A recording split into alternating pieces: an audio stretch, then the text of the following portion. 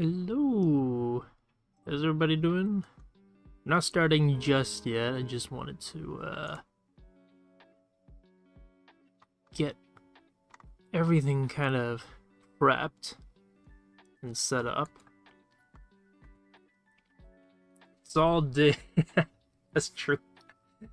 I don't know if broken wings if you're gonna stay here for the whole day, but it's like, what is that, like three? That's like 3.5 hours of Josh. Dang. A lot of Josh. It is a Saturday. It's a chill day. Hello, everybody. This is a lot of Josh. Yeah.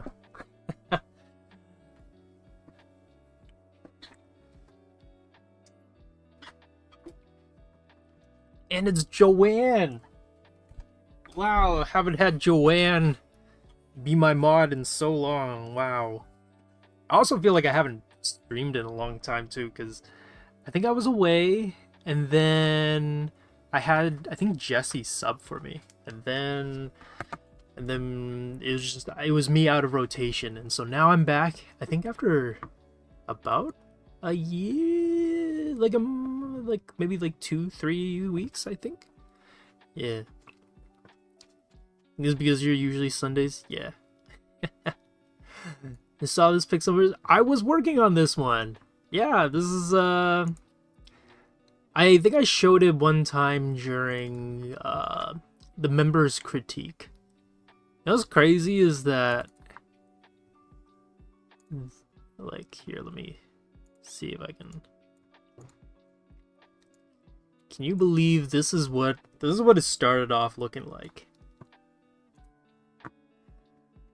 And then, like, it looked like a blank, empty wall.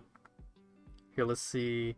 I think this is I think this is what you saw, mostly, of what it looked like. And then now it looks like this. So I'm almost there. I'm almost done. Try using the Scotch VHS box as a reference? What? What is the Scotch VHS box? What is that?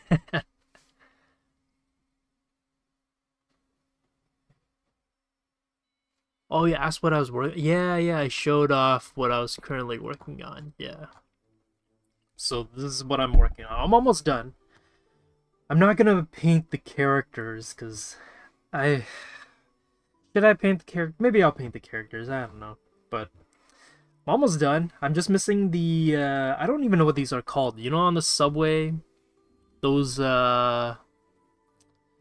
bumps to prevent people from like slipping, so they don't accidentally slip into like the train rails or onto the road or something. Yeah, I think that's it. And then the characters, and then I'm done. I've been working on this study for so long. Oh my goodness. I got a paper cut on my arm. That sounds terrible. Colors from the Scotch box. What is the Scotch box? Like the tape? Like Scotch tape? VHS Scotch box. What? Is this what you guys are talking about? I don't think I've ever seen this before. The one with this one with the ball on it? Shows good color theory? I guess. Sure. It is a very nice looking ball, yeah. I've never heard of anybody suggest like sketch a VHS box, but seems like an interesting choice.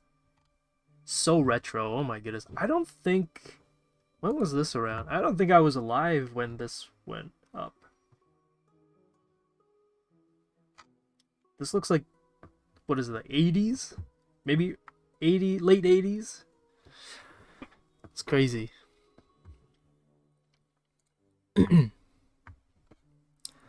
Do want to know how you pick the colors you want to see.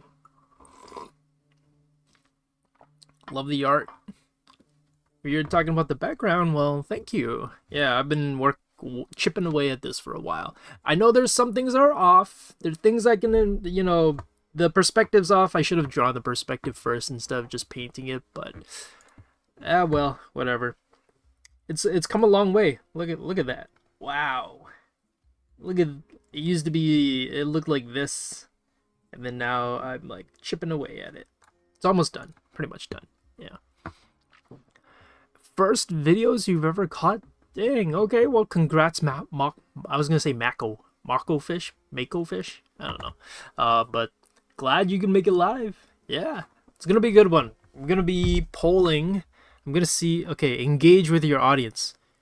Here, I'm gonna use the poll, and we're gonna be voting on some elements for the storyboard to use, because, yeah, I do want to know how you pick the colors you want to use. I think like always starting from like the base, if you're ever not sure, like color theory, just playing around with some good old complementary colors, or like 3-color, like I always forget what the word is for it, but you pick a complementary color and then you split off to the side. So I guess like if it's red and then like this color, instead of using this direct color, you split off and use the 2 colors on the side. Like that. I don't know what that's called though. I'm so bad with terms. Like we learned this in university, like when I had to take color theory class, but I forgot what it's called already. Is it split complementary? Is that what it is? Okay. I mean, that sounds right. Hopefully that's right. Yeah. Actually visually impaired blind people to let them know what's in the path. Is it actually?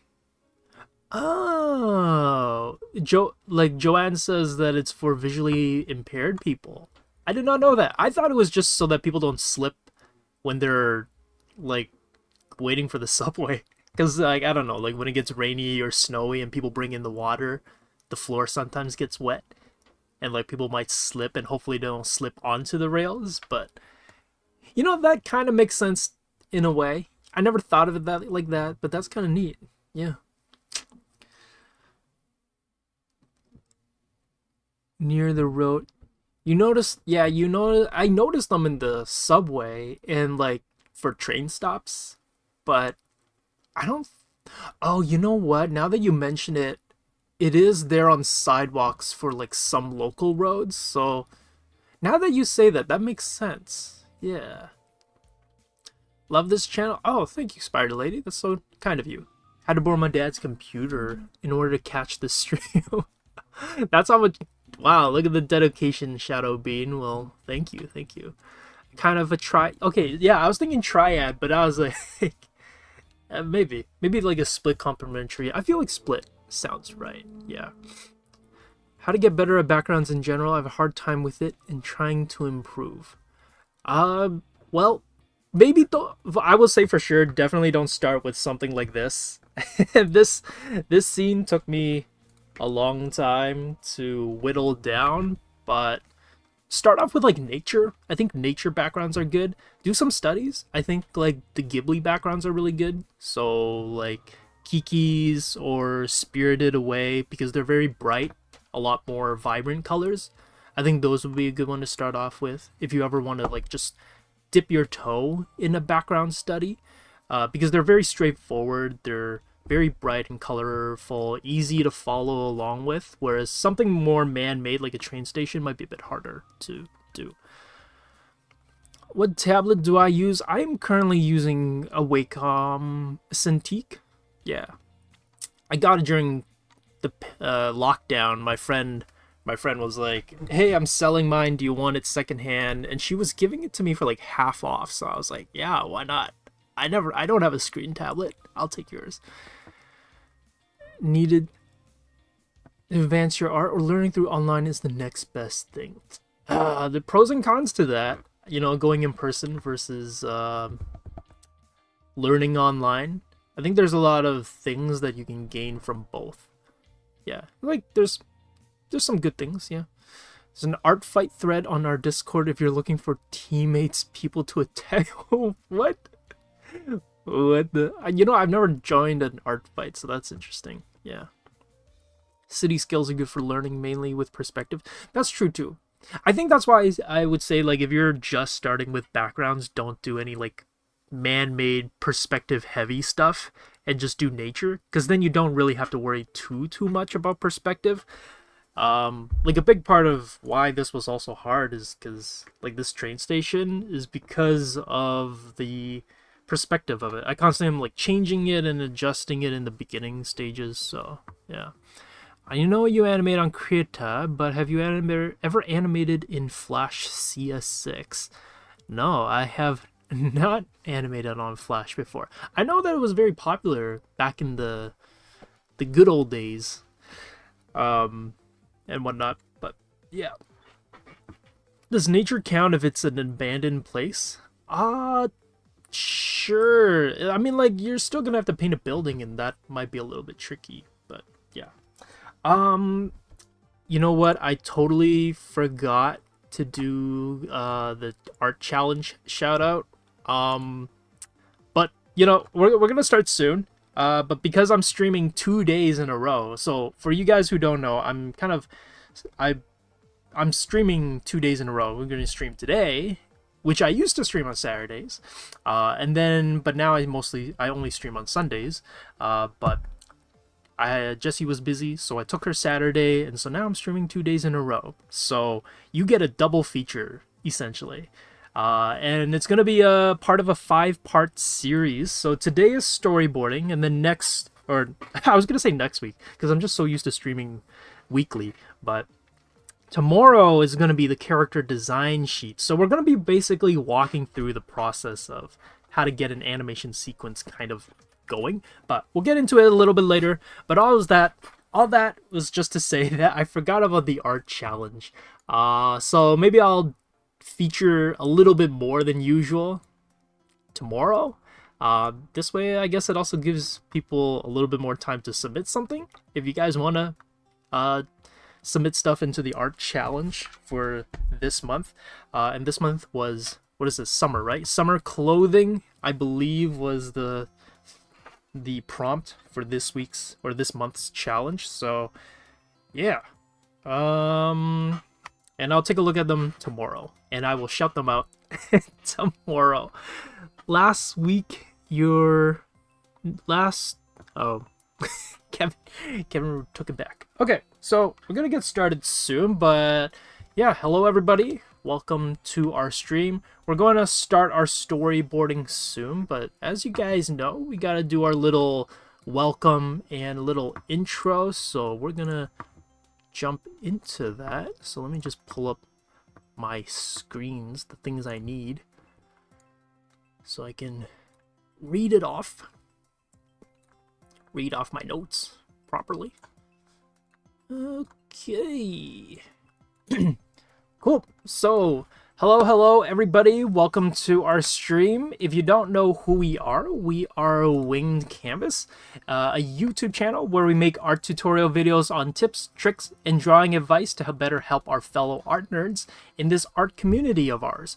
Our mission is to make art education easily accessible to everyone. So be sure to tune in live for free lessons every Saturday and Sunday at 3 p.m. Eastern, just like how you guys are right now. And if you're an art nerd too, be sure to check out our links to our socials, our social media in the description below, and check out our website for our class offerings, where you can get critique, guidance, and encouragement from our instructors. Because we're not just a YouTube channel, we're a school of illustrations. We also want to personally thank our Patreon and YouTube members who support us in making free art education content. Members get access to a lot of perks, such as weekly live critiques on Discord, class recordings, digital artworking files from our streams, and discount on live programs that have a limited of spots.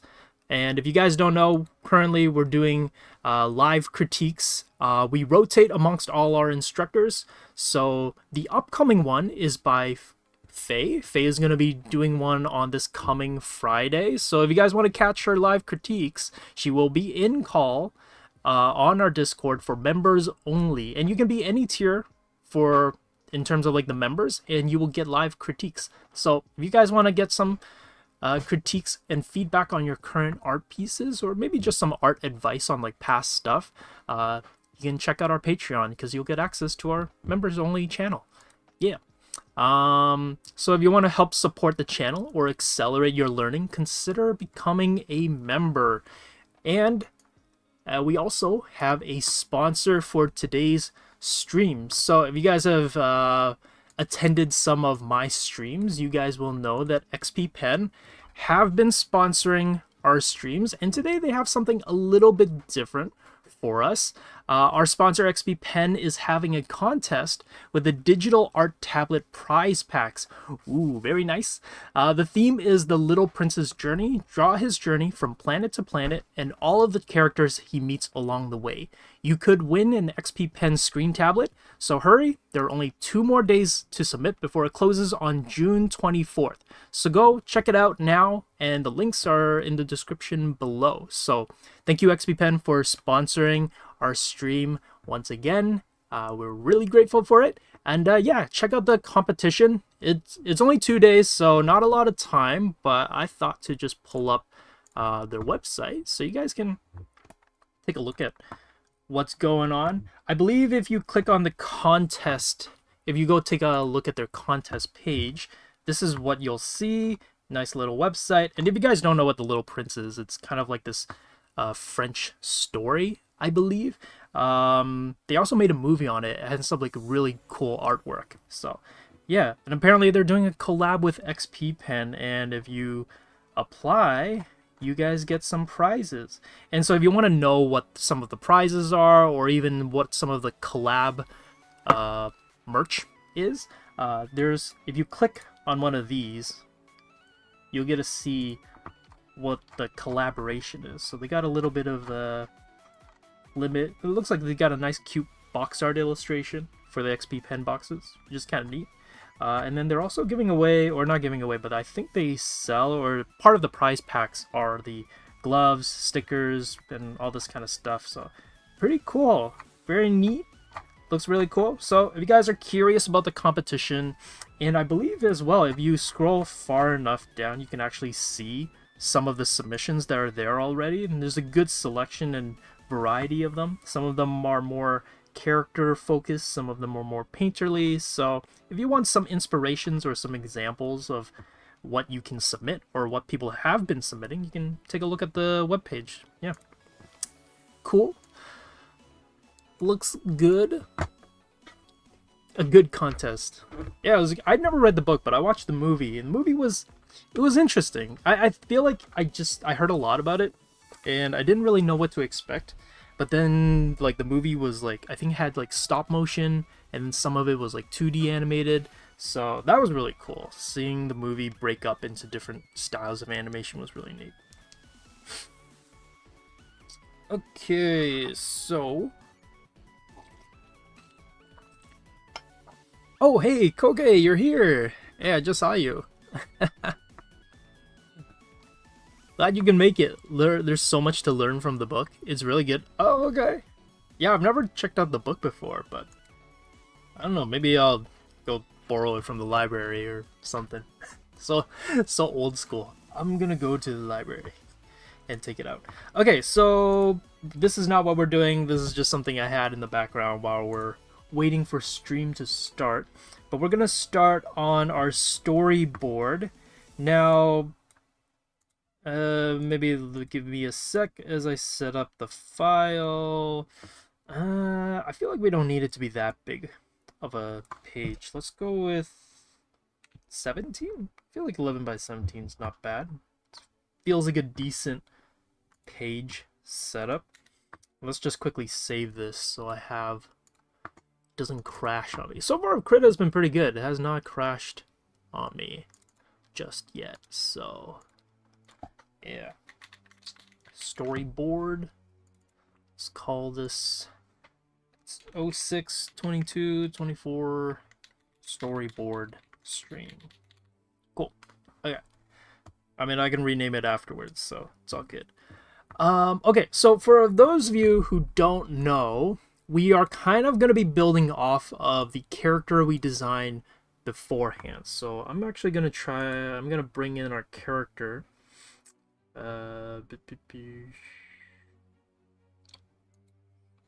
Import layer. Let's see, character design. Okay, so for those of you who, because I think I streamed this on Sunday. So if you weren't here on my Sunday stream, you might be a little confused if you saw the poll, or not the poll, but the community announcement, and you're like, who's this ghost hunter Nils guy we're drawing? This is who it is. And we designed him and created him quite a while ago. But we're going to revisit him, and we're actually going to fully develop a sequence and clean up his design now that it's been some time, and we're going to do a more developed, more thought out, in a way, I guess, breakdown of his character. What else? I'm trying to find the other one. Oh, okay. This is the one. Oh, I got a GIF only. Oh. Okay. So maybe I'll just open this up so you guys can kind of see it. Oh, that's... Oh, whoops. Jokes. Okay. Give me a sec. I just want to open up... Wanted to open up a file. Okay. And let's bring up... Okay, so this is kind of the guy that we're drawing. If you guys have never caught my Sunday stream before, or this is who we're drawing. This was from a while ago, as you can see, where we did a mouth kind of expression dialogue sequence. And as I've been drawing him more and more, we've been able to, or I have been able to figure out a little bit better as to who he looks like and what his personality trait is closer to being like. And so now that we've drawn him for quite a few weeks now, we're going to do a whole sequence. So today is going to be storyboarding, and then tomorrow is going to be the character design sheet. Because technically, we haven't even done a character design sheet for Nils, our ghost hunter boy, just yet. And so my hope for tomorrow is that we do a somewhat of a turnaround sheet and a little bit more of a detailed, finished breakdown of what he's going to look like, because in a way he's still kind of in the development kind of rough phase of what he might look like. And as you can see, like, this is what he originally looked like. which is crazy. This is what he used to look like.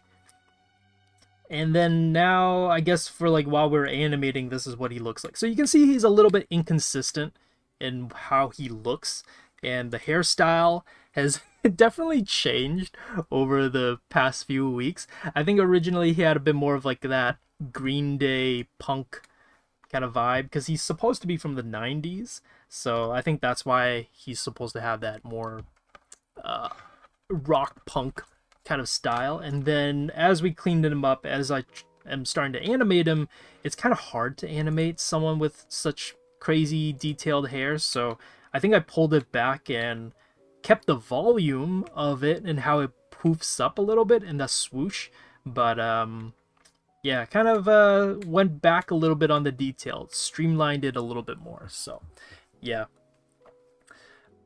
so that's kind of what's going to be going on. And then hopefully by the end of the series, our animation series, we're going to be doing a sequence with him. And so that's what today is going to be. We're kind of planning out what we're going to be animating. Now, I do have an idea as to what we're storyboarding, just roughly. But you guys are going to help kind of help me add some extra stuff if you want to. So, yeah. Let me just catch up on chat real quick, though. Hi, Josh. Thanks for the feedback. Over back on the GC. Excited for the streams. Oh, no problem. Yeah. Don't have a consistent style, so my characters always look different every time I draw them animation.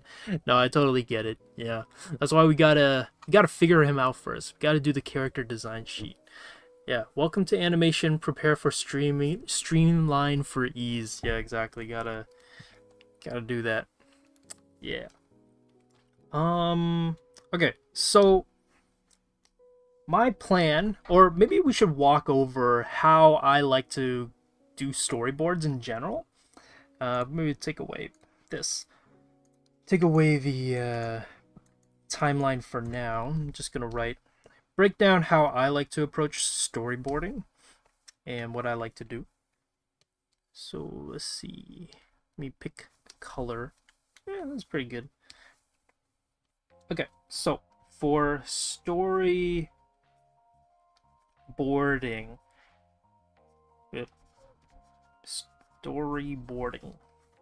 what I like to do is essentially step by step. Well, we'll see. So many unfinished animations. Yeah, totally understand it. Yeah. I actually started trying out Krita Storyboarder recently.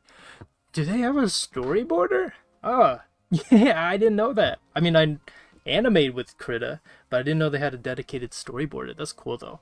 No, I'm gonna be treating it more like as open to everyone as possible, in the sense of like, technically storyboarding is the most straightforward, simple thing that you can do in animation, and technically in a way anybody can storyboard regardless of whether you're doing it digitally or traditionally. So I'm gonna do it more of like the old school kind of approach to it.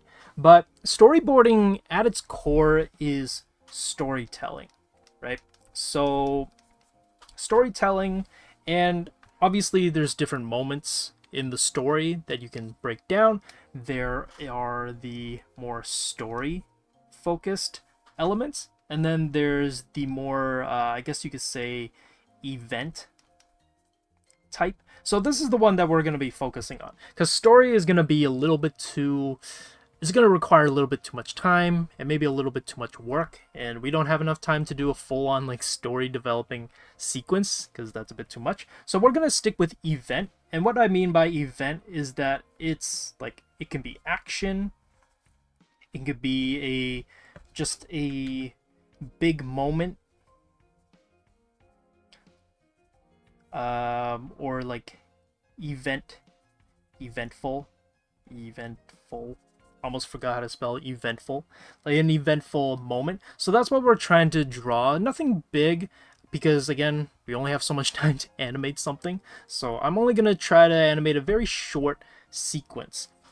We haven't fleshed out Nils that much. That's true too. We haven't fleshed him out too much, but he's mostly just a ghost hunter. And I was thinking that the sequence that we can do is him kind of exploring.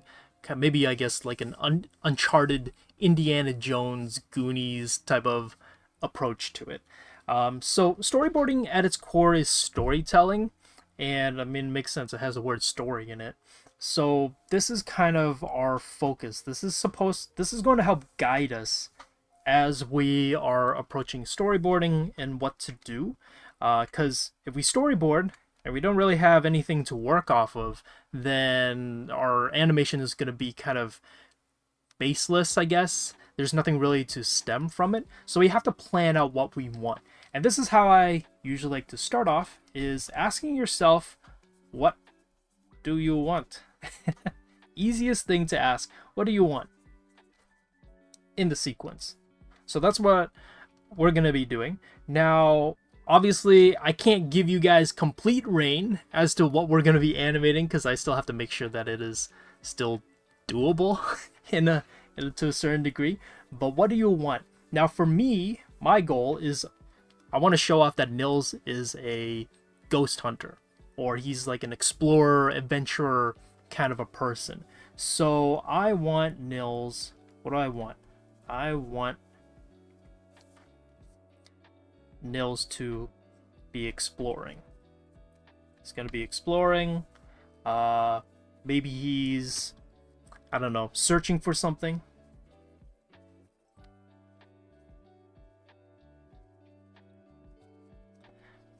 And I don't know, maybe he's got some gear. He's gonna be utilizing some gear.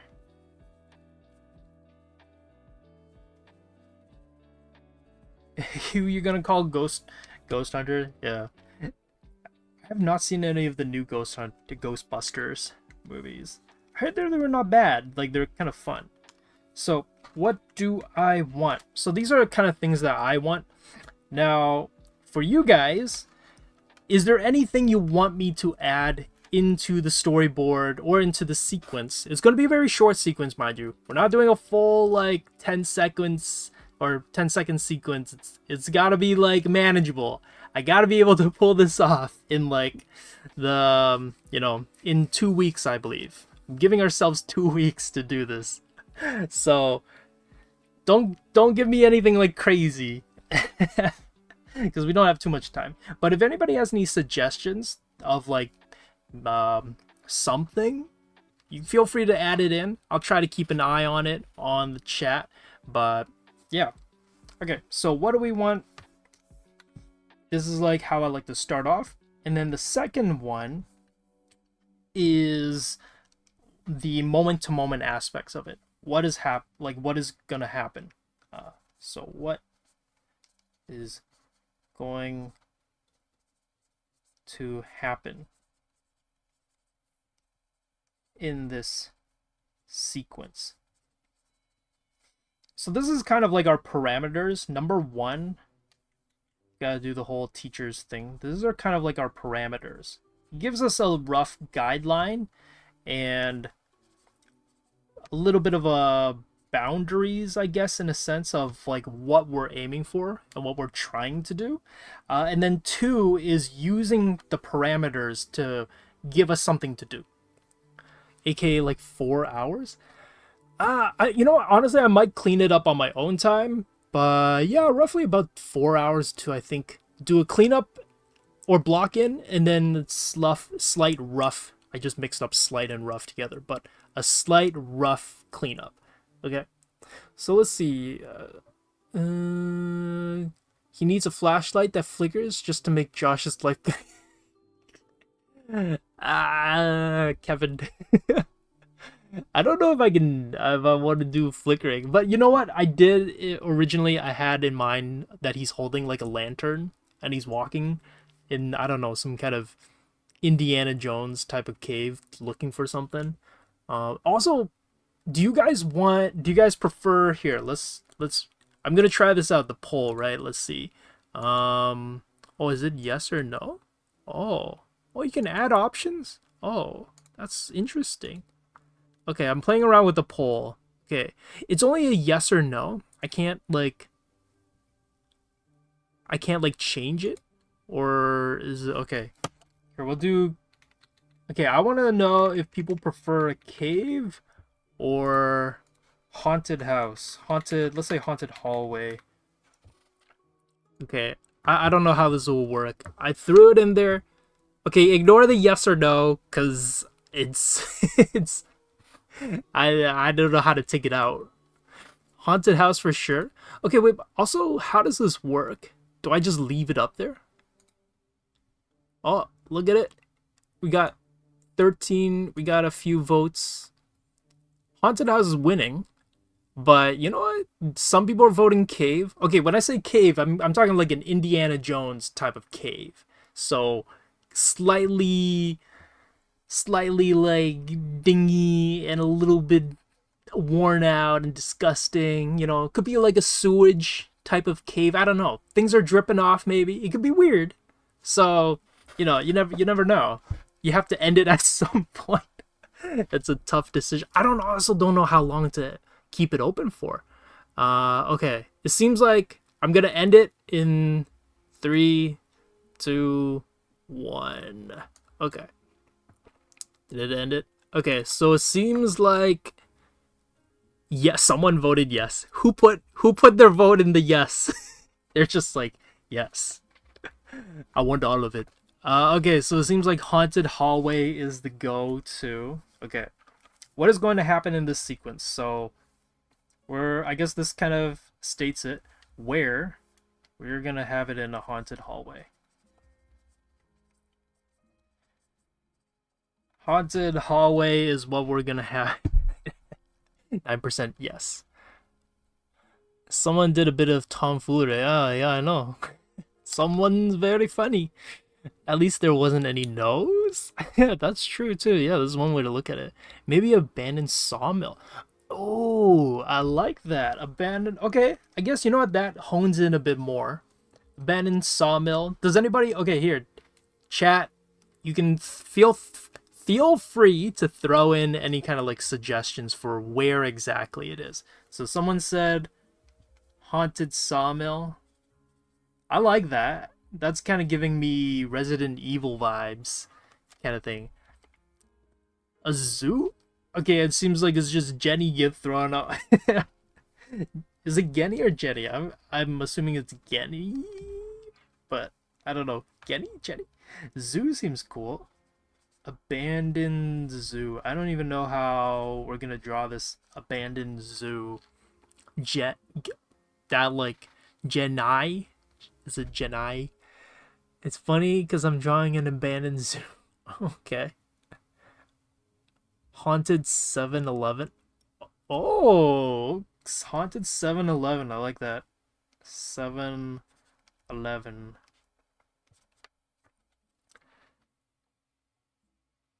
Haunted prison hallway.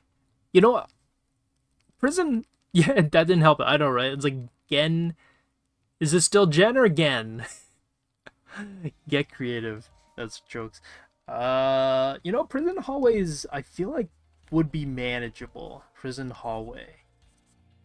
But I feel like that prison hallway might be a bit, I don't know. Might be a bit too like straightforward. I don't know. Not a bad idea though. Not saying it's a bad idea. Like Sega Genesis. Oh, okay. No, because it got me thinking of like Gendy Tartovsky. I think that's his name, right? The guy who created like Samurai Jack and everything. That's what it got me thinking of. Okay, what's gonna happen in this sequence? I kind of like... Oh, I guess, you know what, this is a good way to throw it up. Haunted theme park. Okay, a lot of options here. Answer viewer questions live? Say something. Okay, that's not it. How come the poll, it has to have a yes or a no? Why can't I take away the yes or a no? Yes or the no? Okay, let's put in place. Okay, let's see. You guys vote. I don't know. Yes? Oh, wait. Oh, it doesn't have to be a yes or a no. Oh my goodness. Oh, okay. Sawmill. Okay. Abandoned zoo. I spelled abandoned wrong. I can't spell apparently. 7-Eleven. Honestly, I kind of, you know, the 7-Eleven kind of reminds me of Resident Evil. Sawmill and 7-Eleven. Okay, prison hallway. Any more? Any more? Oh, I think I can only put 4 options. Okay, that's fine. Today we learn about storyboarding and polls. We gotta poll to find out what we're storyboarding, you know. Oh, it's neck and neck, kind of. Not really. Seems like 7-Eleven and Sawmill. Seems like 7-Eleven is winning. Is giving me liminal space vibes.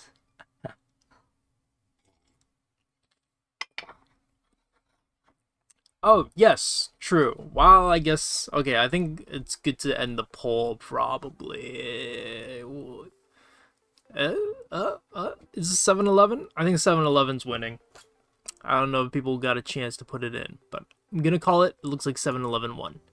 Okay, cool. I guess we're doing 7-Eleven then. In the hallway. 7-Eleven it is. 7-Eleven. Yes, Kevin, that's a good reminder. For anybody interested, and if you don't have anything to do in the summer, or if you want to just improve your character designing skills, I am running a character design intensive camp on July. Let's see, what are the dates? Let me just bring up the dates so that we're all well informed. Let's see, July 8th to July 19th. So those are 2 weeks. And they're not, you don't have to sign up for both weeks if you're unable to, but you can sign up for both weeks. Both weeks are, we're going to be doing different projects. But you don't have to, like, if I, oh, it's like, oh, I missed out on the first week, can I still sign up for the second week? Yes, you can still sign up for the second week. And if you're like, oh, I can only sign up for the first week, is that okay? Yes, you can also just sign up for the second week, or you can sign up for both if you want to. Both weeks have different projects, so it's a really good opportunity for us to touch base on a lot of different subjects, such as character design in general, shape language, anatomy, facial structure, clothing, how to draw folds. I know a lot of you guys struggle with clothes because I get that question a lot about clothing and folds. So we are going to run through clothing in that camp. So be sure to sign up. It's going for 2 weeks in July. And yeah, and we also have other camps as well. I also have an animation intensive camp. And I also have traditional illustration camp going on as well. So there's a lot of stuff, and yeah, if you guys want to check it out, feel free to take a look at our website. We're offering a lot of different camps. Iggy is leading some camps as well. So yeah, if you guys are curious and looking for ways to improve your art skills, check out our intensives, camp intensives. Yeah, cool. Okay, so going back to it, 7-Eleven, I think it's good. So right now, I think what I want... Here, let's type it out. This way you don't have to read my terrible handwriting. Okay. Let's go railway medium. Let's go black. I feel like 11's good. Okay. So, the sequence that I'm thinking of is Nils is walking down a hallway. So, I guess before I finish typing it, this is kind of how I like to think through a sequence, a storyboarding sequence, is to think about what I want. What exactly is the sequence going to be? Is it going to be a story-driven sequence, so maybe dialogue or pivotal moments?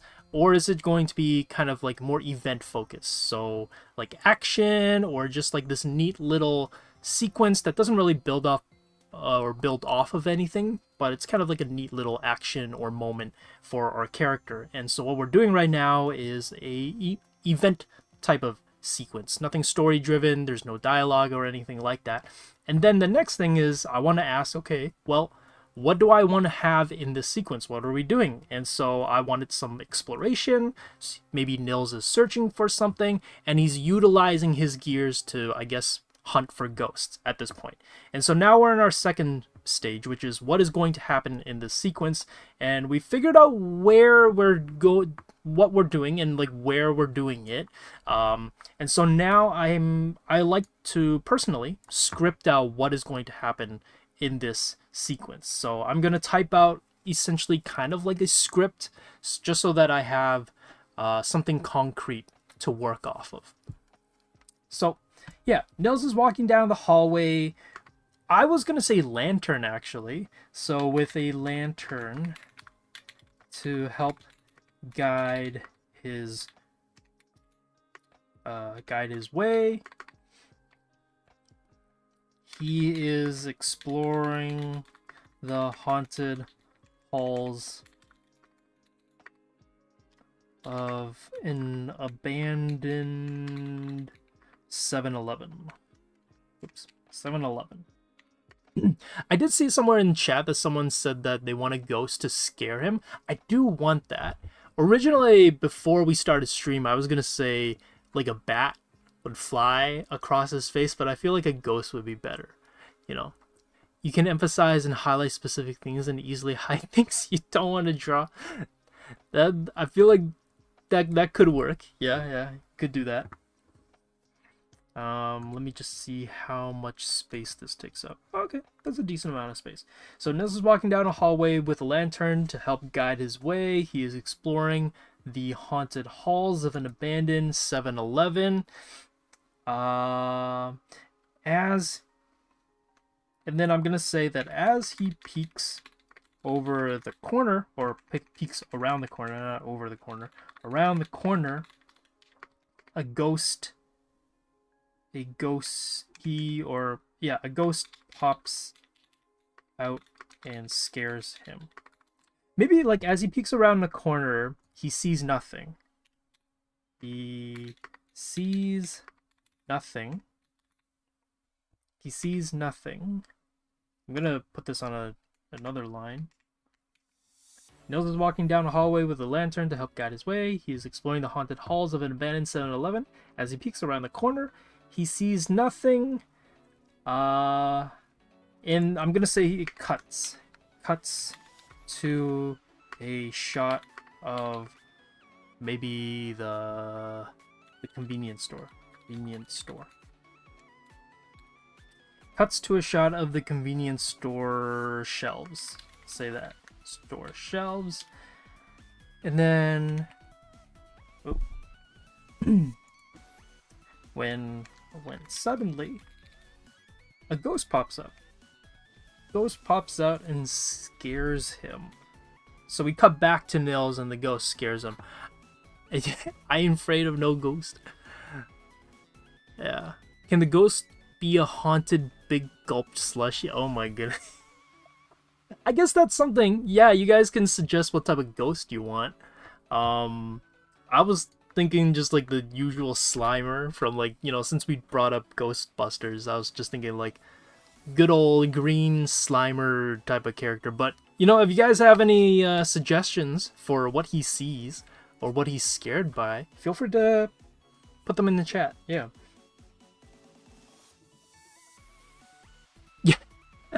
Yeah, that's why I like writing it. I feel like everybody just goes straight to, oh, storyboarding, we gotta draw it. I'm like, no, let's brainstorm some ideas first. Let's come up with some ideas and what we want, and then storyboard it.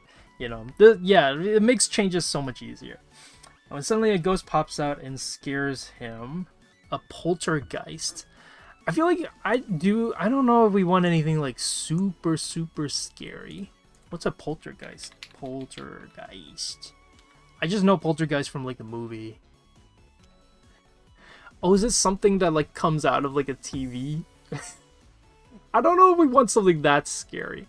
I'm looking at it off screen. It might be a little, I don't know. Is it just like a ghost of a person? Is that all what a poltergeist means? Ghost of a cashier that mysteriously met when missing at 7-Eleven. Wow. That's pretty, you know, that. Oh, you know what? What if he's walking behind the cash register and a ghost pops out of the cash register? I feel like that could be a thing. That could work. You do the writing so that the boarding has something to board with. Yeah, exactly. Yeah. Seems pretty straightforward and common sense to me. But, yeah. Oh, cameras don't catch it? Okay. That seems interesting.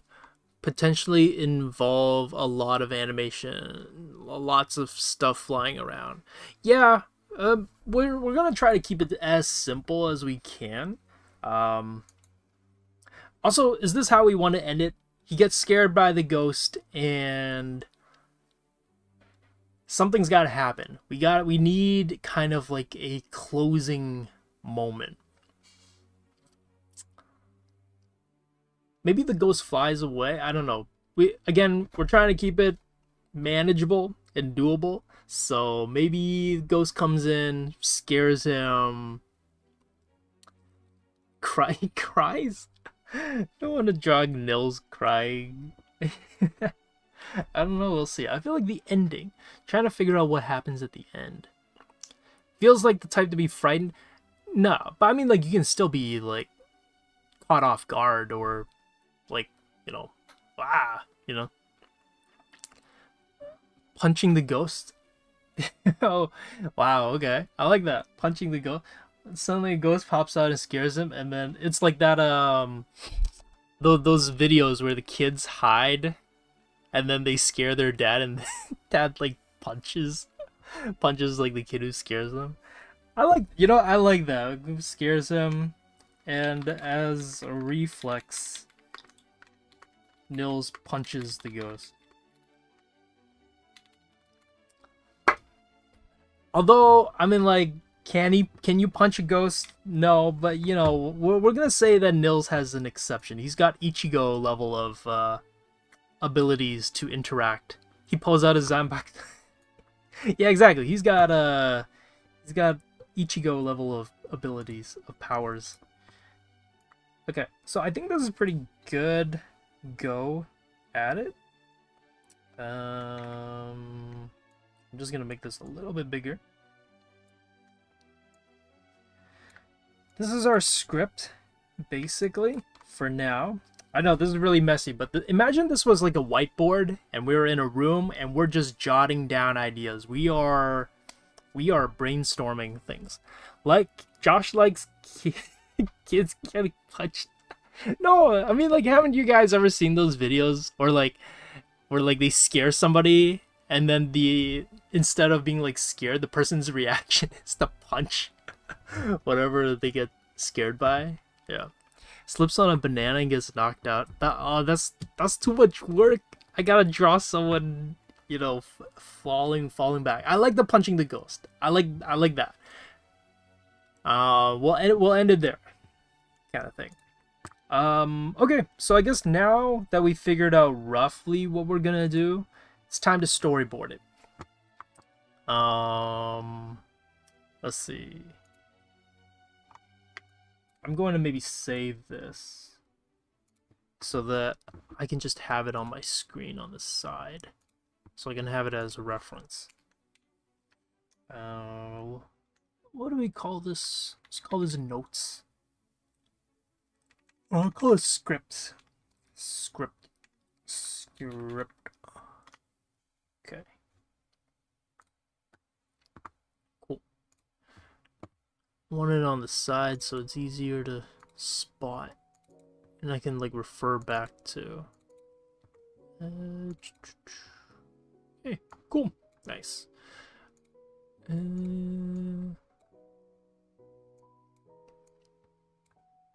Okay, so now we're gonna start storyboarding. All that just to get storyboarding. I'm gonna group this, turn it off. I'm gonna make a new layer. So this is gonna be the actual storyboarding part of it, at the very least. And then I'm just gonna create some quick panels. Let's see, we're just gonna use this. Gonna lower the brush size a little bit. Let's see. Yeah, I feel like 10 is pretty good. Yeah. Fill, no fill. Yeah, I feel like that's pretty good. Might lower it a little bit. And I'm gonna keep it simple. If you guys were at the storyboarding crit, this is kind of what we're doing basically. This is kind of like very similar. Just gonna combine these and then duplicate it. Okay. Just gonna shrink it down. Oh no. Okay. Yeah, this is just the tedious. I know I should check out that Krita storyboarder thing then, you know, because I didn't know that they had a storyboarding thing that you can use, so that's pretty cool. It'd be pretty useful because I didn't know that they had one. Oops.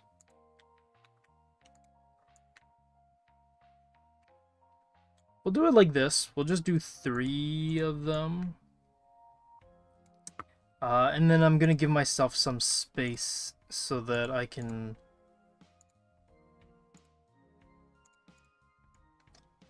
write just some stuff if I need to make some notes, but for the most part I think it's fine.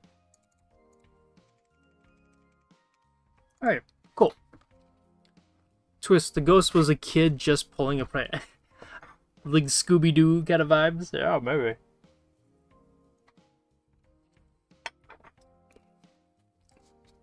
was going to attempt the classes. Unsuspecting ghost hunter. It's me, Carl. Oh. Yeah, we could do something like that, yeah. Oh, yeah, if you guys are storyboarding your own sequences, or if you're animating something, yeah, I would love to see some of, like, the storyboards. Yeah. Okay, so now that we got the script, I'm gonna try to think about, like, what we're gonna be doing. Now, I like to start it off rough, just to get a general overview as to things like camera angles. So, here, maybe we'll go back to this. Just things that personally I want to keep in mind are camera angles. So now that we've gone to our planning, we figured all of that out.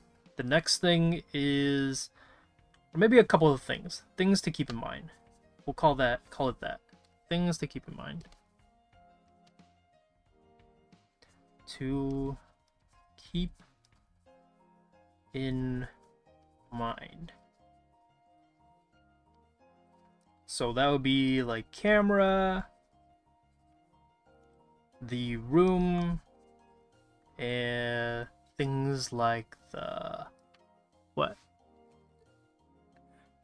48 minutes earlier, and you'd be right.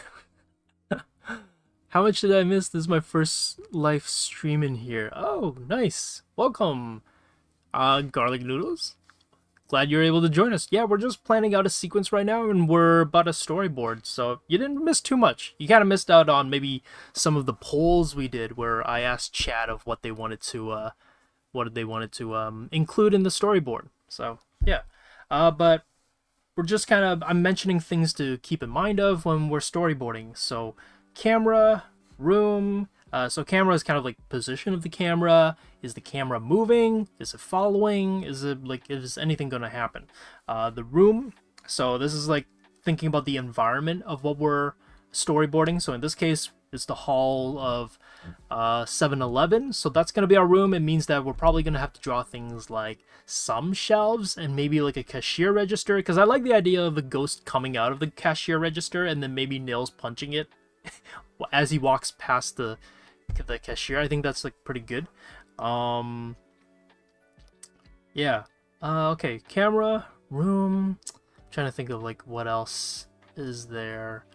I think for now this is it.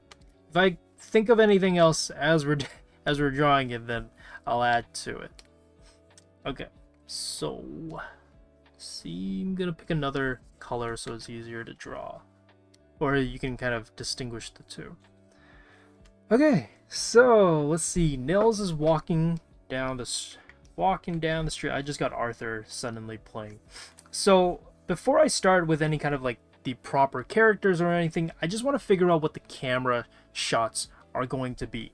And in this case, if he's looking, I kind of want to start figuring out like what his pose is going to be. And I'm gonna say that he's kind of tense, you know? Maybe he's not like scared or anything, but he's kind of tense. So this is where I guess gesture drawing comes in. I'm not gonna really worry too much about details. I just want to block in roughly what's happening. So he's holding a lantern, and I will say maybe there will be some shots where you guys will be like, what is he drawing? What is that supposed to be? And it might not make sense to you guys, but it might make sense to me. So that's the unfortunate thing about like storyboarding sometimes, is that it could be a little bit hard to gauge as to what's happening. For now, I'm gonna clean it up later so we have a more cleaned up approach to it. But for now, as we're kind of just planning out the spacing of it, this is what I'm gonna do. I'm just gonna be doing a medium shot, meaning that we are mostly looking from the waist up on the character, and maybe I'm gonna have the lantern be a little higher actually. Gonna have it up and out so it's not clipping the bottom Maybe I'll make his sweater a little bit bigger so I don't have to animate the legs. I do not want to have to animate him walking. I mean, we are gonna technically, in a way, animate him walking, but I don't want it to animate too much of his legs walking. Also, his hair doesn't look like that. I'm just gonna try to find a way to simplify his hair. So his hair is gonna look like this. Having an establishing shot. So right now, what I'm trying to do is just make it clear.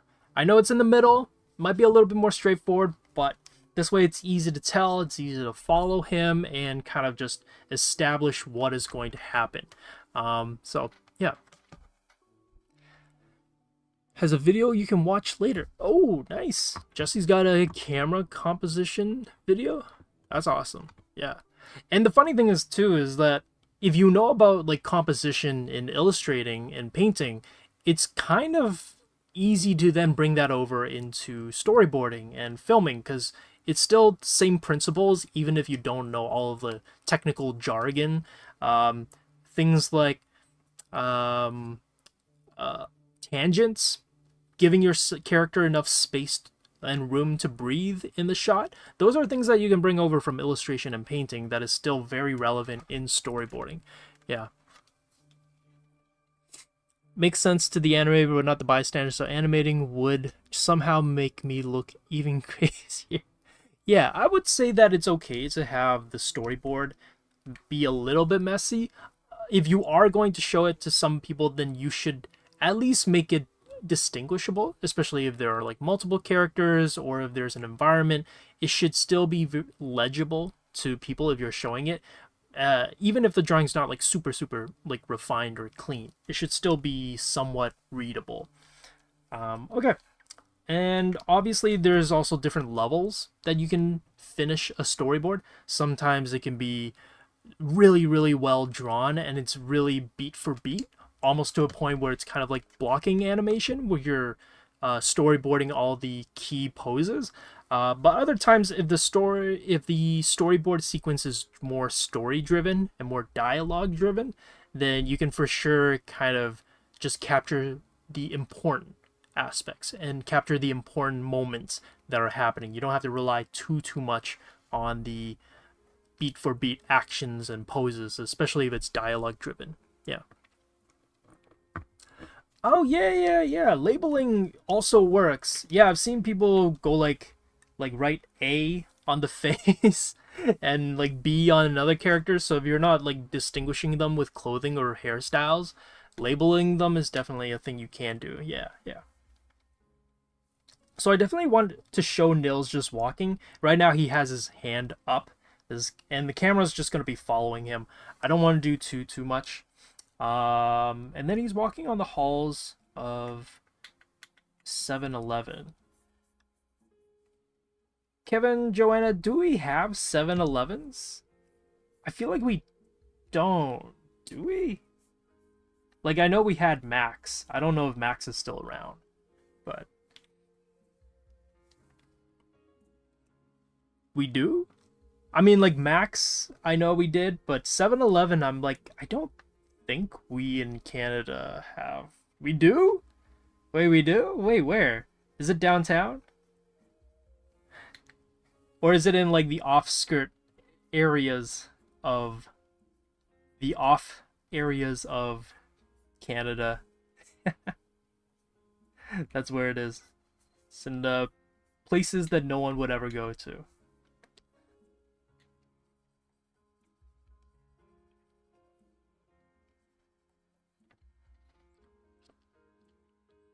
Oh, okay, they're just different. I don't know if the Max is still there. It's the one downtown because I would walk by it once school was done, like OCAD. But it might have been like replaced by something else. Yeah, I don't know.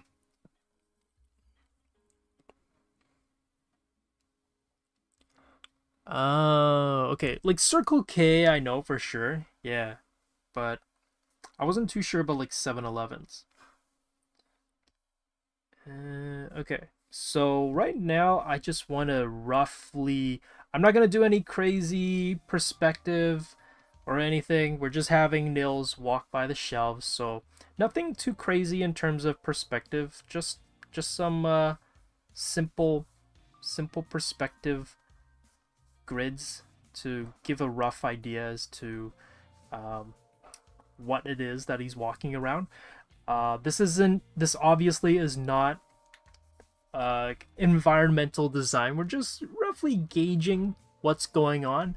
And things can change too. So the nice thing about storyboarding is that it's not the be all end all. A lot of the times things end up changing as like the story changes, or if like the team in the background department just finally comes up with a final design that gets greenlit by development and by the producers, and they're like, oh, this is actually what the story is going to look like, then that's going to change. But the overall storytelling and the story beats, that's kind of like the real important stuff in storyboarding. So even though I'm just drawing the store shelves, this might not actually be what it'll look like, but we'll see. So he's walking, and it's going to be like the same thing probably. You know what? Since he's just walking around a store, I am just going to copy it. And this way I don't have to redraw it again.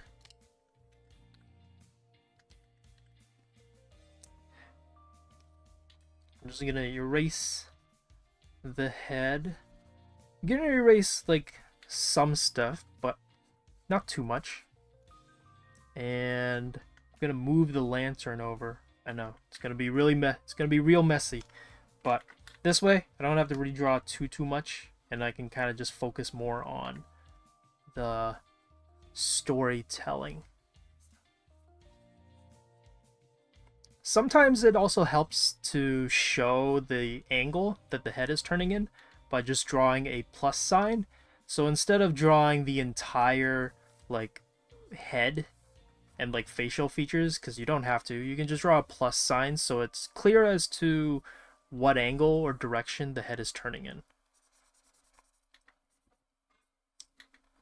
I think it's like something that you can kind of see sometimes on the storyboards, especially in like Legend of Korra. If you look at the stuff done by the Korra team, that's kind of like the shortcut that they used, which is to not draw the entire head, but to just draw a plus sign. I'm just gonna loosely lock in the hair. I'm pretty sure it's like used other places as well, but that's kind of where I think I noticed it. Okay, so he's looking this way, but maybe in red we'll just draw like a head turn. Right.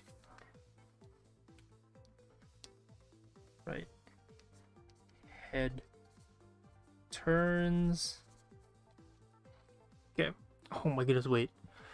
Unless maybe some fringe ones. So if it's in the 90s, we had a lot of them. Max?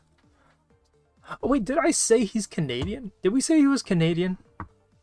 That's now I'm kind of like curious if we did. Did I delete it? I might have deleted the I think I did delete it. No, deleted the image. Oh well.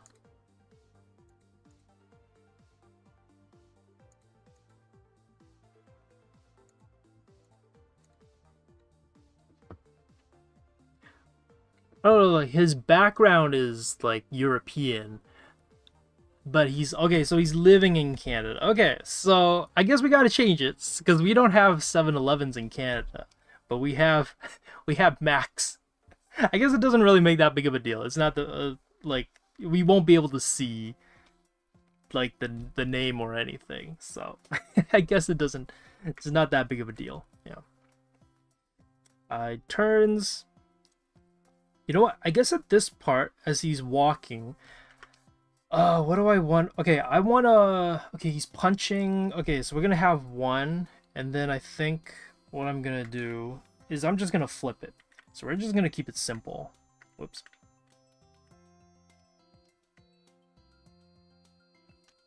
And can I flip it? Yes. Flip this way. Yes. Thank you. Nice and easy. Wow, don't have to do any work. Because I want him to like look left and then look right. So head turns right, then left, then left. I know I've seen 7-Elevens recently. Really? Have you? You know what? Now that you bring it up, like Circle K, I think Circle K is the one that's gonna happen. Yeah, so right now he's walking down the shelves. He's walking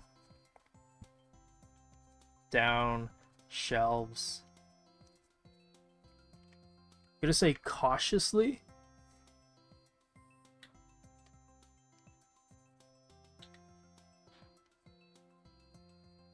Cautiously. Head turns right, then left, and then we're gonna bring it back where he then looks over around the corner because we want the cashier, right? So I was trying to think of like how he's walking down the aisles. So I'm gonna say that he's now encountered the end of the aisle, and let's say camera moves over to the right a little bit, and he's gonna be here. Here's the cashier, kind of peeks around the corner.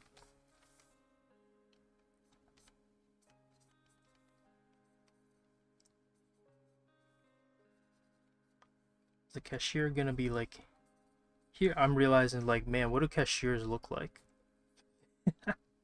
Gotta make it legible that people know that this is a cashier. Maybe we gotta bring this in a little bit more. I'll bring it in just so we can see the cashier.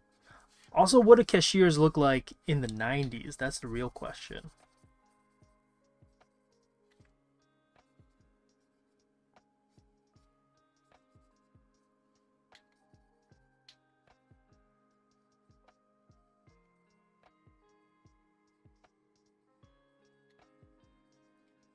You know, I'm like trying to just block in the perspective of this cashier box.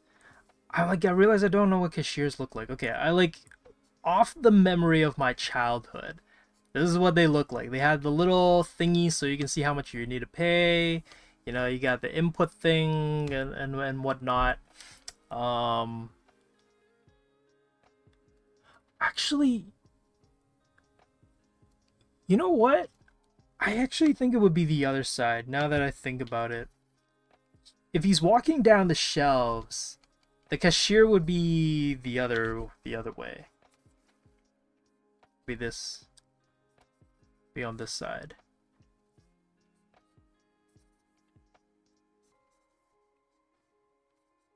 So you can see like I'm drawing it pretty rough, and because like the focus of it is that I'm just trying to block off roughly the sequence. Even now, this is pretty rough sequence. I'm not trying to get anything like really hammered home just yet. Just want an overall layout of what might happen, where things might be. I'm gonna say then that the shelves are. He's been walking on like shelves on shelves. And this is where we're going to probably have to clean up a little bit of the layout in the environment.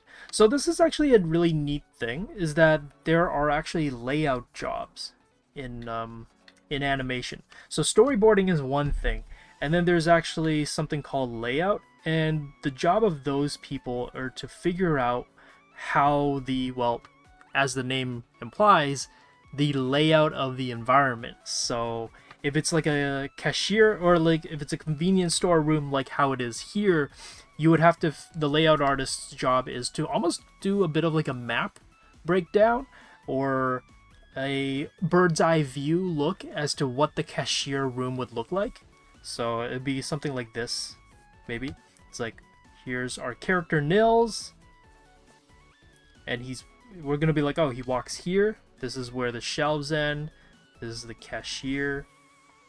And then he like looks over here to see nothing. So like this is kind of something that they might do, which is to break down the layout and the trajectory of where somebody's walking. Doing layout, yeah. If anybody's interested in a good art book that goes through in depth about like what layouts are, I would actually highly recommend Wolf Walkers, the animated film, Wolf Walkers. This was like surprising to me because like the first, almost the first quarter of the book is actually dedicated to storyboarding and layout artists. And I've never seen that before because usually it jumps right into like characters and then environments and then sprinkles some storyboards throughout. But Wolf Walkers was one where it was like, no, we got to figure out what the environment looks like. We got to figure out where everything's going. How is the spacing between the city and the forest, and how did the characters get from the city to the forest and everything. And it was like, oh wow, didn't know that was a thing that like people can figure out and try to do. So yeah, it's kind of neat. So these again are the shelves. And then Nils is probably going to like walk up to it.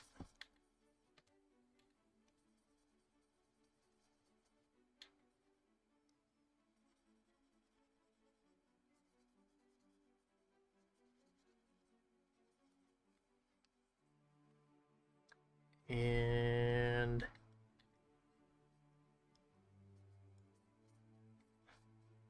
he's got a baggy sweater on, so that's kind of what I'm trying to get out. You know, and oh, I realize as his head turns, the lantern is on the wrong hand. Let me see this. Okay, that's jokes. Gonna swap this back because I was thinking like, oh wait, the lantern needs to be on the correct hand. So this hand, maybe move it out a little bit more. It's looking this way. And then this hand has to be holding the lantern.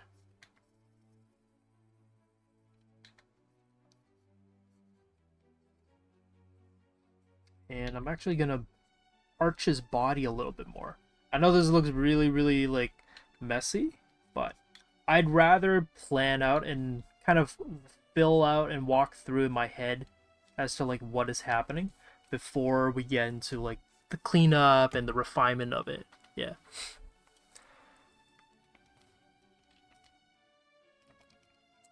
Spadina has one. We're doxing 7-Eleven. That's funny. We're literally all over. They are? Oh, okay. Okay, but Spadina's so far. Rich.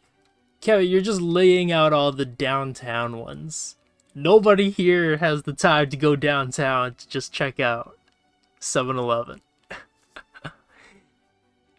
So Circle K only bought out some of them. Oh, interesting. So many creative jobs we don't hear about. That's true. Yeah. I thought the stream crashed. Oh, did it?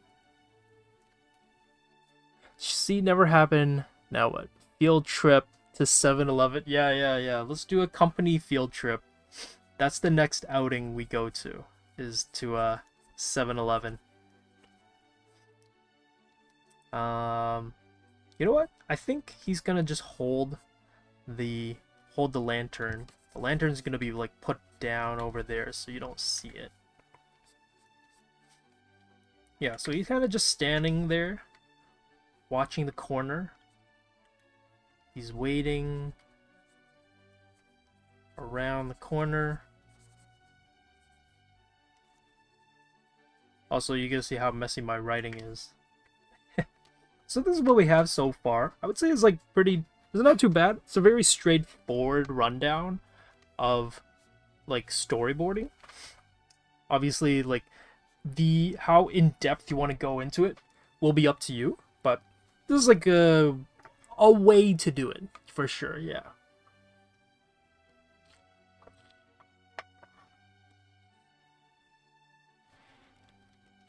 Yo, if 7-Eleven is a convenience store, but it's not convenient to get there, yo, they're not doing their job. I think it's Circle K. Like, I'm trying to think of the gas stations near my place, and I'm trying to think of like the. No, I feel like they call it something different in the gas stations. I don't think they even call it Circle K. Isn't it just called like On the Way or something? Like when you go to Shell, like the convenience side of it. Now you got me like my brain can't stop thinking about it. Is it called Circle K or is it called something else? Is recently doesn't count because those are all superior versions of convenience stores. What? Okay. I'm gonna copy this one. Cause now oops.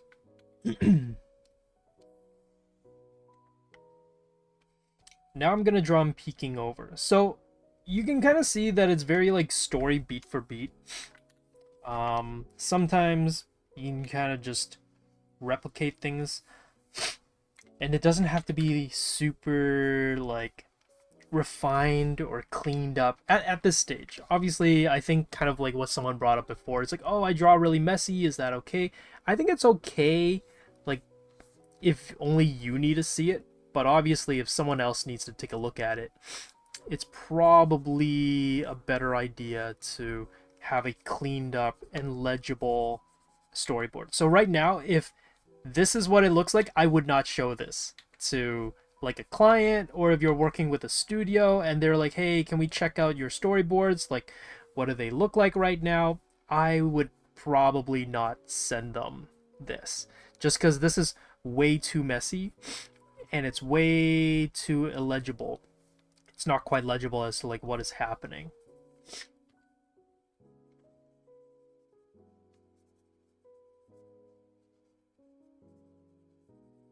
Like that, maybe. I think the lantern is probably put down. Peeks around.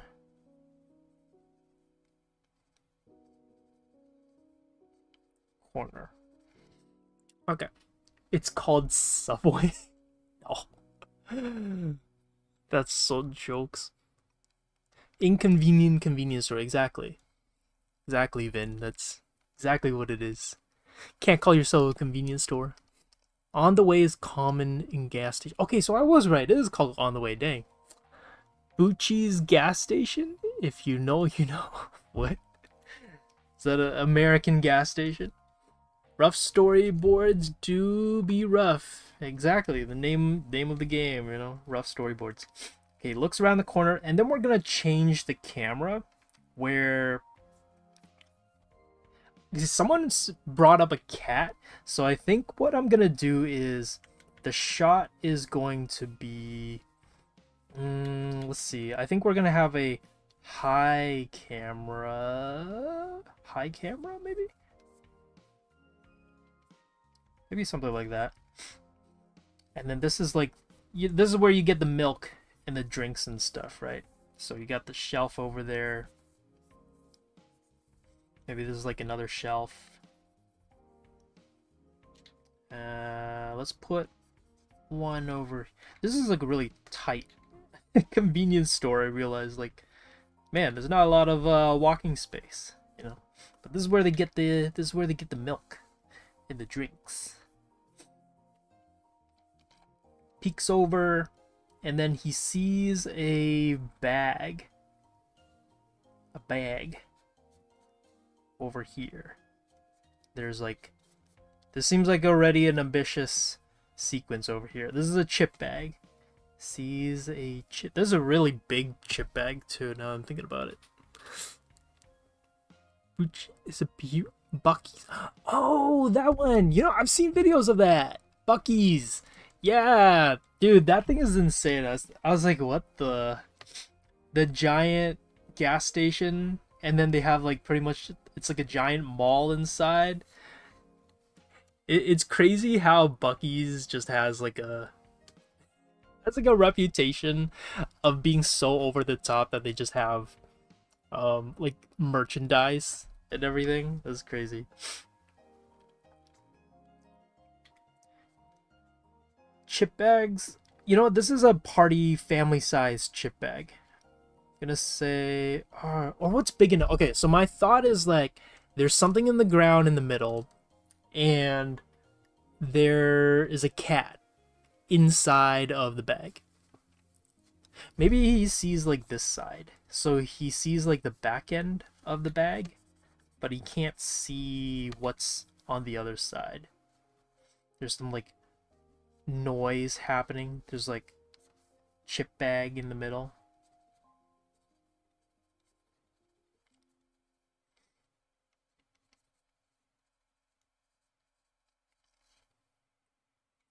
And it's moving.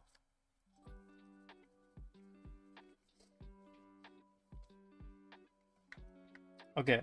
And I feel like we should cut back to nils.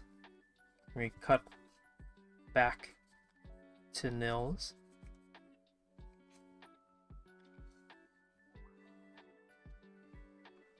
And let me see. The cashier.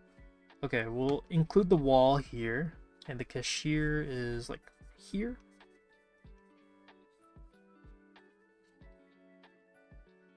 And the little money screen. And then nils is peeking out over here.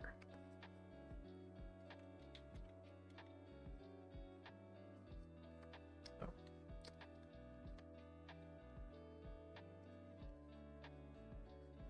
I feel like this is the icon for nils' hair. It's just spikes. Oh, did anybody watch the new Haikyuu movie? I know a lot of people, like a lot of my friends and a lot of volleyball people that I knew, went to go see it. But I missed it. I didn't have a chance to go watch it. Wonder if anybody watched it. Oh right, yeah, okay, you watched it, yeah. See, you can buy a 4-wheeler from some of them. That's crazy. I'd say pretty convenient. Oh my goodness. Wow, Kevin. I don't know what you'd even what you're even talking about. Kevin, you don't know about the super famous series Haikyuu? That's crazy.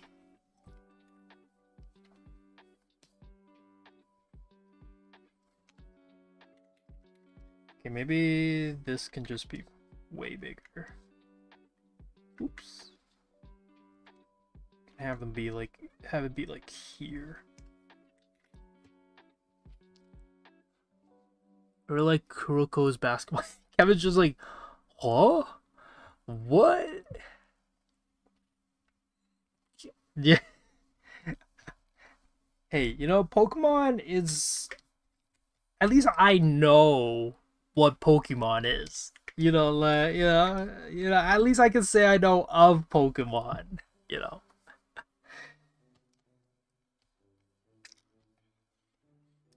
Cuts back to nils, and then we zoom in. I'm gonna say, well, not like literally zoom in, but closer shot of bag.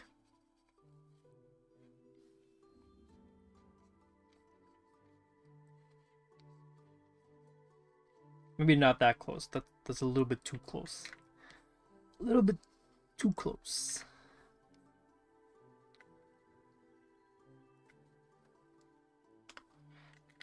Because I want to be able to show the cat.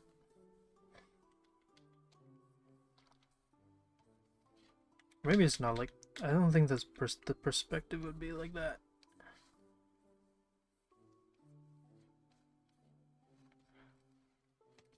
Something like that. Yeah, and then we have the bag, and then a cat pops out. So we're gonna do that. This is turning out to be a very long sequence. I am now as per usual. Excuse me. Whoops, my bad. As per usual, this is a really long sequence. I'm just gonna draw a cat like the one from like Kiki's delivery service.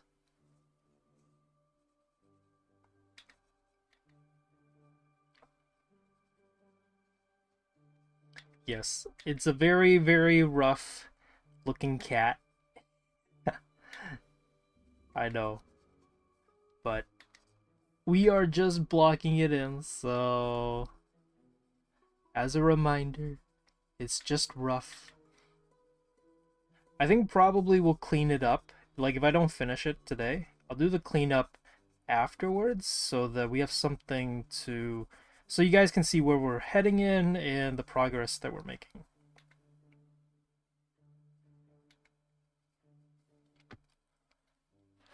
Cat. Oh, I guess I could have used Joanne's cat.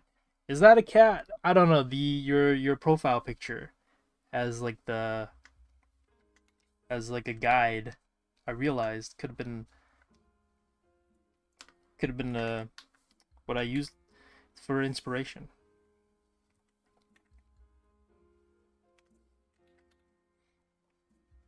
Here, we're gonna draw a small cat.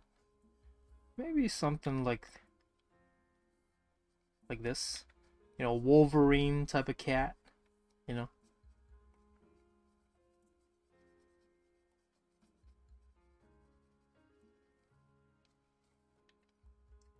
I wanted to give the cat like really like a thin neck, because it's like, so it should be, I'm thinking like it should be like a baby cat, but I'm realizing that makes it way too small. Okay.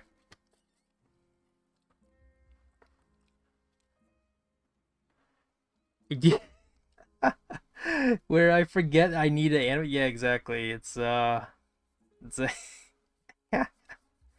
yeah, welcome everybody who is this first time seeing me attempt animation stuff on stream. It's always like, oh, this would be a really cool idea. Oh yeah, we could do that. Yeah, we should do that. And then partway through realize like, oh right, I gotta animate this stuff. Dang. Oh, darn. Okay, so let's just go over it again.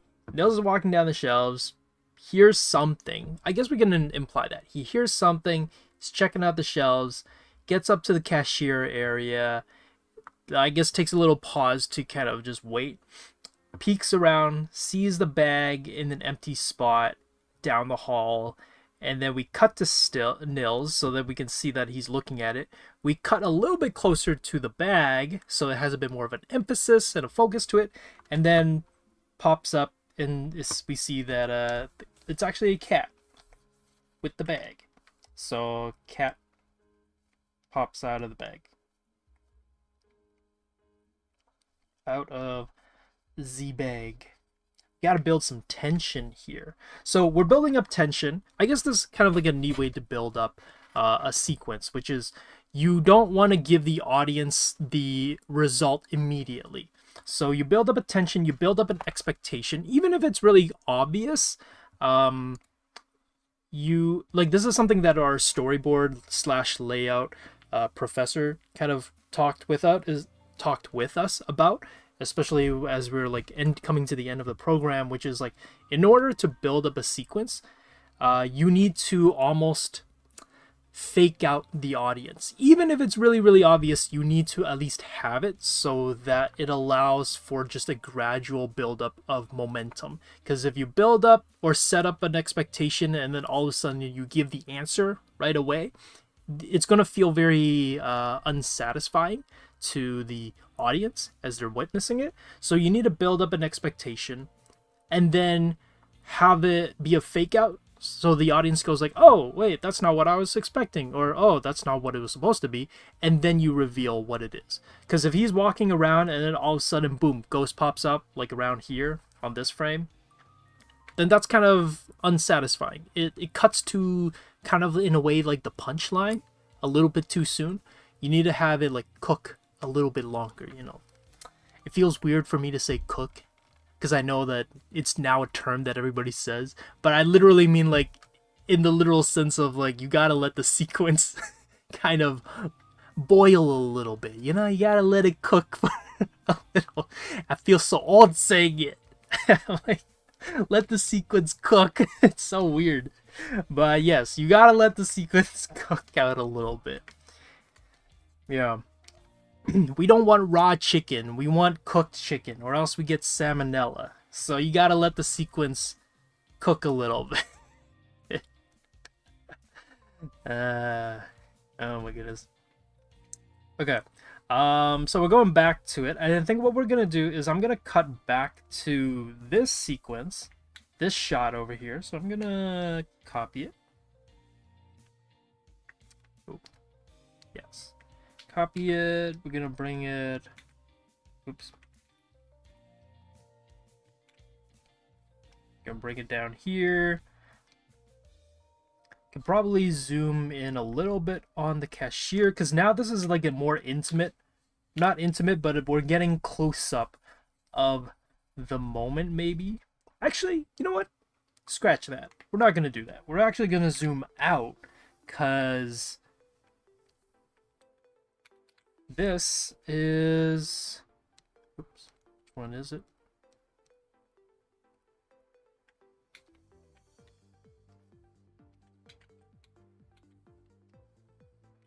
We're actually gonna zoom out because I want to have enough space to show the ghost. So if we don't have enough space, not gonna be able to draw the ghost.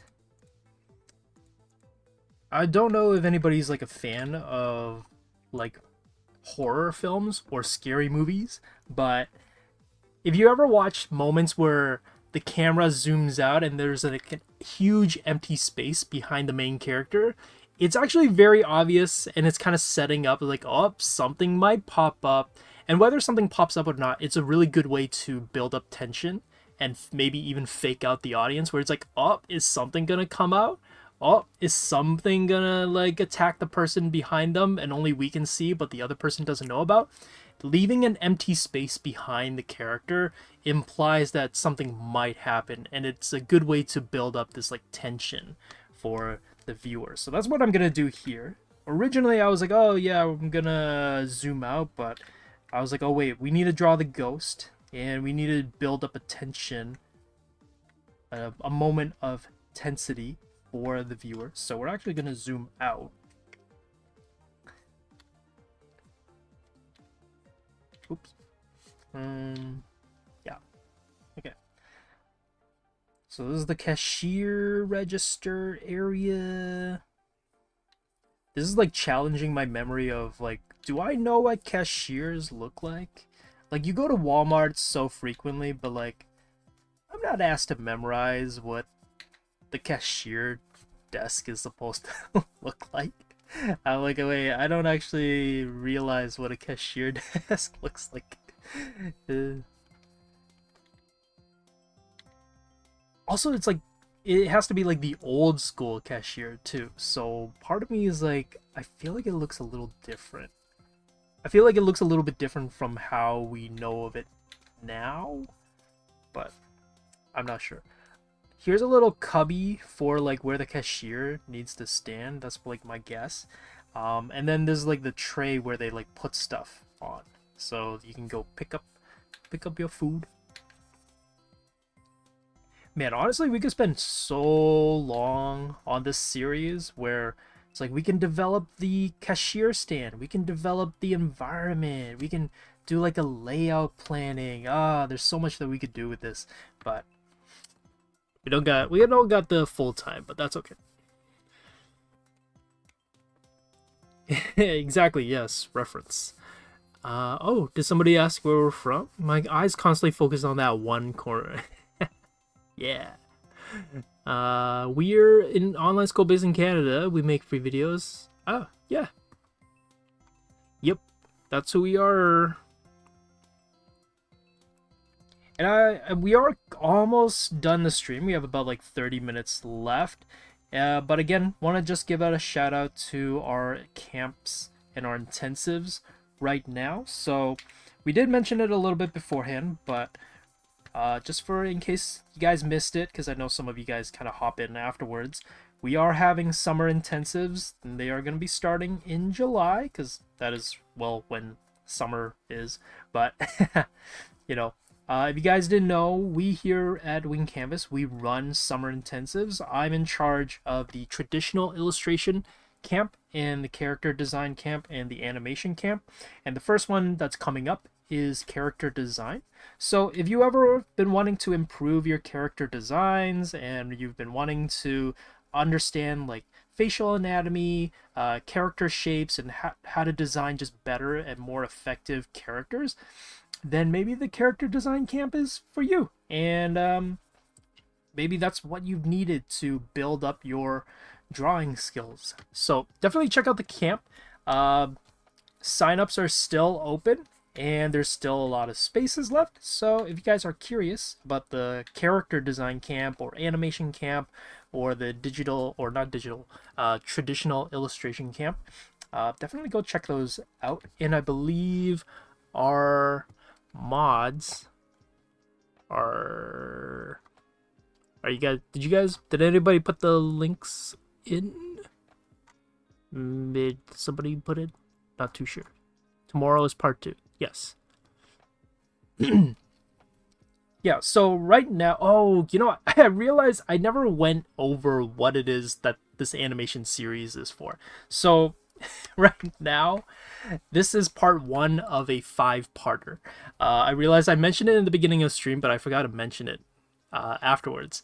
So this is going to be a 5-parter. This first part is storyboarding, so we're planning out a sequence that we're going to animate down the road.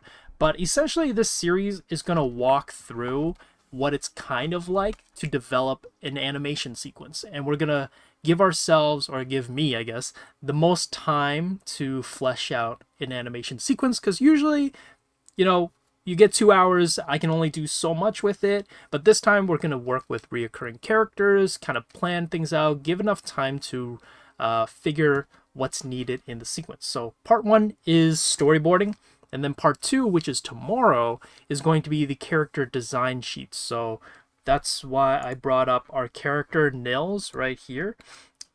So we've kind of in a way designed him beforehand already with the community. We've kind of helped figure out his like backstory, what he's doing, and so we've come up with this character called Nils. He's like a ghost hunter from 1990s in Canada. That's why we're discussing like, do we have 7-Eleven in Canada?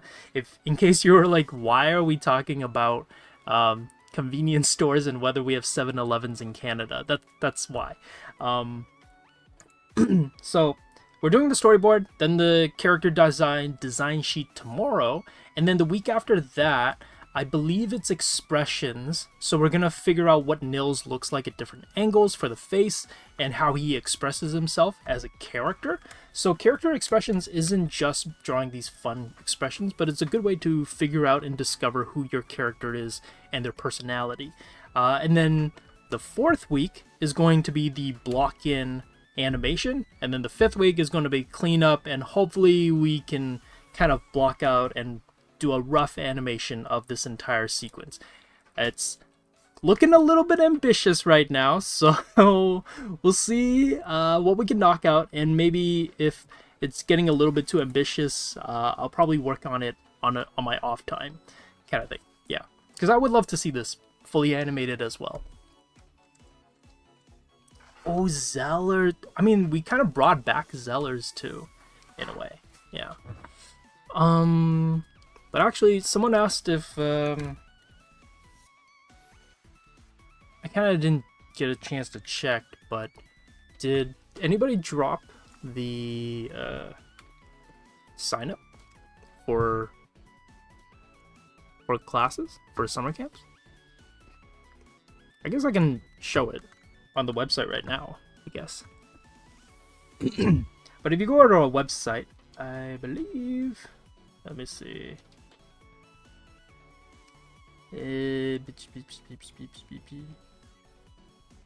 Summer intensives. So there's different types. I think Iggy is doing the cartooning and anime camp, so that's this. But if you want what I'm doing, which are intensives, they're a little bit more advanced and they're a little bit more curated and specified. So that's what the summer intensives are. And so if you click this, you'll get to see the schedule and the different types of camps that are going on. So you can see it says art intensives. And so this way you can also see all the different types of camps that will be there. So here, we can run through this, I guess, kind of quickly. We got figure drawing, so that's looking awesome. This is a really top seller as well, since I know a lot of people want to improve their figure drawing and understanding of the human anatomy and proportions. And then this way you can also see what are the topics that we're going to run through for the camp. And then you can see here's my character design for July, and then we got animation, and then we got comics and manga. So this one is done by Jesse, and then there's illustration, and then more figure drawing in case you weren't able to catch the July one, and then traditional animation. I mean, traditional illustration, not traditional animation. Yeah, so feel free to take a look at this. All the information will be there. I believe Kevin or the Nightbot, yeah, dropped it in. Or I guess Kevin used the Nightbot to drop it in, yeah. So, yeah, there's a lot there. Definitely check it out, because that's way easier to go through the information than me trying to regurgitate everything. But, yeah. Oh, okay. Yeah, Vin. Looking forward to it. Okay, so back to this. We're almost done. He's like chilled out. It's like, oh, great. You know, it's just a cat. And then the ghost pops out. I feel like I need to give more space for this, because my thinking is like the ghost should pop out kind of like vertically. So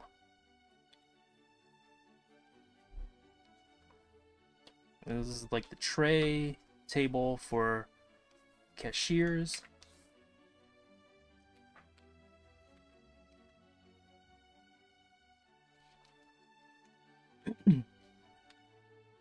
So the ghost is going to pop out of the cashier. Goes here, we'll draw it too. We'll go ching, cha-ching. Drawer pops open, and the ghost comes out. You know what? We didn't really come up with the design for the ghost, but maybe we can do that tomorrow as well. Figure out what the ghost is gonna look like. So I'm just gonna put in a stand-in for the ghost because I don't really know what the ghost is going to look like. We'll just do a ooh ghost. Just like ooh, nothing really special design-wise because we haven't really actually figured out what this ghost is gonna look like. So going to just put a placeholder, and this is kind of what something actually one of my students asked today, because I was like, yeah, we're doing a storyboarding sequence, and one of the students were like, oh, did you, and oh, I said we're doing a storyboarding, and then on Sunday we're doing a character design sheet, and she was like, oh, do you usually like, don't you design the character first and then do the storyboard? And I was like, they kind of work in tandem with one another sometimes, because sometimes you get hired to design the characters, and the director and the story writer, maybe they give you a rough outline, and then so you're coming up with like a design based off of what they describe, but they themselves might also not have a full like story figured out as well. So sometimes it works side by side as well. They're coming up with the more in-depth details of the story, while you're coming up with the final designs of the characters. So if you ever look at some of the old storyboards, you might notice that sometimes the characters in the storyboards don't look like anything like the finished characters in movies. And a really good example that like comes to mind is Lion King. If you ever look at the storyboards from Lion King, Simba and like Scar, they don't quite look like what they look like in the movies. Like the hairstyle is different, the way they draw the lions are a little bit different too, and that's because they were still figuring out the anatomy for the lions. They're still figuring out like how it should work. So yeah, they kind of work side by side. You don't have to have the characters fully fleshed out and designed before the storyboards. Yeah. Okay, so there's this, and then I'm just gonna, I didn't plan for the storyboards to be finished using the exact amount of squares that I drew. That's just by chance. But now we're gonna draw our guy here.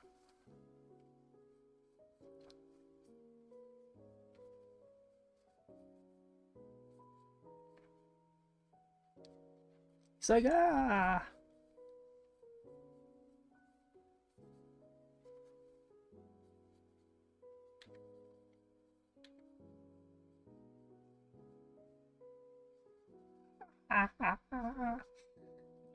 It's like me. I don't know who else does this, but I like making kind of sounds as I'm drawing. I don't know. It makes it more. I don't know. Immersive. I don't know for me. While I'm drawing, is like ah. Yeah. So there's that.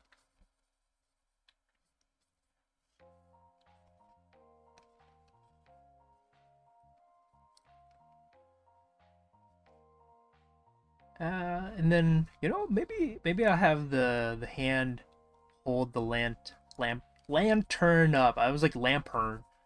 Hold the lantern up. Hold the lant. Oh my goodness. Hold the lantern up. And then he's like looking at the ghost. It's like ah. Maybe the ghost will be hunched even further down. Cashier monster. I don't know. I didn't really. Anybody have any ideas as to what they want for the cashier monster? Make sounds and look at yourself in the mirror. Exactly. That's exactly what I do. Exactly. You gotta do the performance as you're drawing the character. Yeah.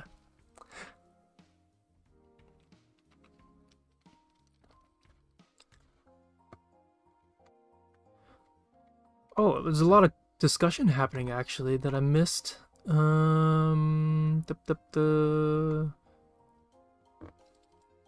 Yeah, so I've had some people who are like pretty beginner, and then some people who are trying to prep for like portfolio, or they've been drawing for a while. So sometimes the skill level varies, but I'm gonna try to help everyone as much as they can based off of their skill level. So critiques will be catered towards your drawing skills and your drawing level capabilities, and I will also try to cater it based on your style as well, so not just skill but style.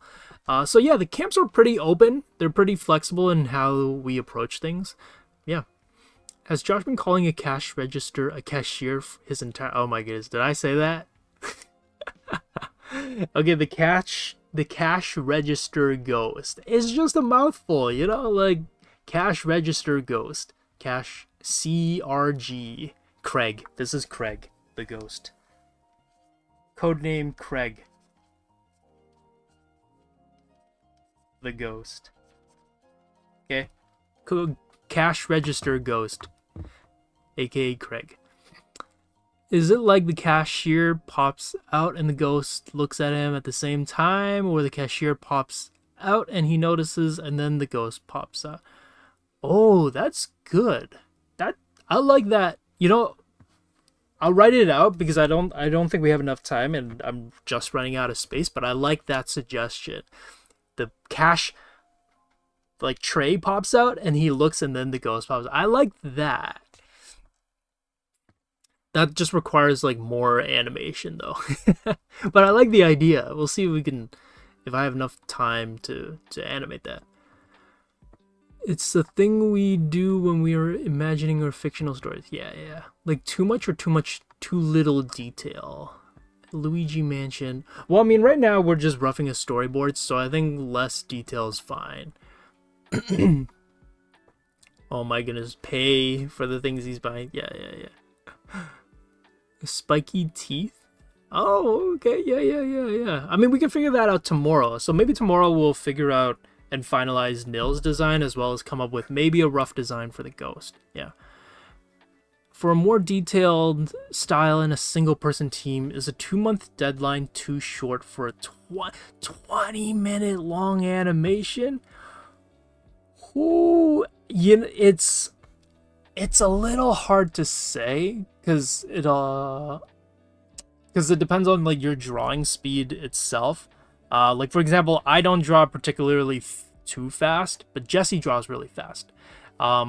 So maybe if you were to put us side by side, and let's say both of us can animate, and we animate the exact same thing, Jesse might finish her sequence faster than I do because she's just able to draw faster. So that's kind of hard to say, and it depends on how complicated your art style is and how complicated the sequence is. 2 months though. It also depends on how refined you want the animation to be. I feel like for beginners, the easiest way to gauge is by 10 seconds. So maybe like 1 week, super, super dedicated. 10 seconds. Let's just say, to give benefit of the doubt and to keep things rounded, let's just say 10 seconds for 1 week. And I guess you can kind of round it up based off of those measurements. So 20 minutes is really, it's actually really quite long, especially if it's just you. I don't know, 2 months, I wouldn't say that it's not doable. 2 months might be a bit tight though. I don't know. Hellboy comics cool. That's pretty neat. Yeah, there's that too. So a lot of time, like, if you're gonna do like an animation reel, I would say have some kind of sound. You can use like copy free, right, music and everything, because if it's just empty and it's silence, sound and music does a lot for your animation. Like sound effects, voice acting, even just music can do a lot. But obviously, like, if you can't pay for those things or you don't have access to those things, then having a quiet one is fine. But I would say, like, if you're able to put some music in it and you don't get like copyright from it, then I would say go for it. Makes the sequence more engaging, I would say. But yeah, style is definitely a big deal. Depends on how complicated the sequence is too. Because if it's just two people talking, that's pretty doable. I would say within 2 months, maybe even less than 2 months. If it's just people sitting on a cafe table, coffee table, and they're just talking and they're not moving around, they're not walking, it's the same shot. Like, all these things kind of need to be taken into consideration as to how long you'll take. It's hard to give a straight answer as to, like, yes, 20 minutes, 2 months. Because, yeah, it also depends on your drawing speed, your drawing capability, how finished do you want to make it. There's a lot of things that play into the time factor. Yeah, there's so many factors. Yeah. Even like lighting and background as well. Yeah, it's a lot.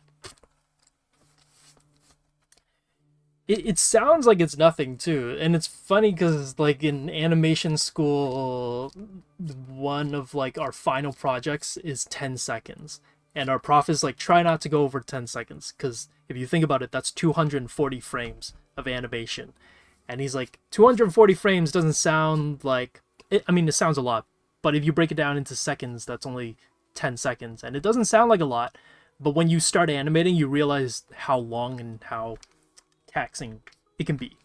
So yeah, it's I would say go for it. I would, go for try it out and see how much you can do. Maybe do a shorter sequence, and you can maybe rough out, do like a test animation and see how long it takes you to do the test animation.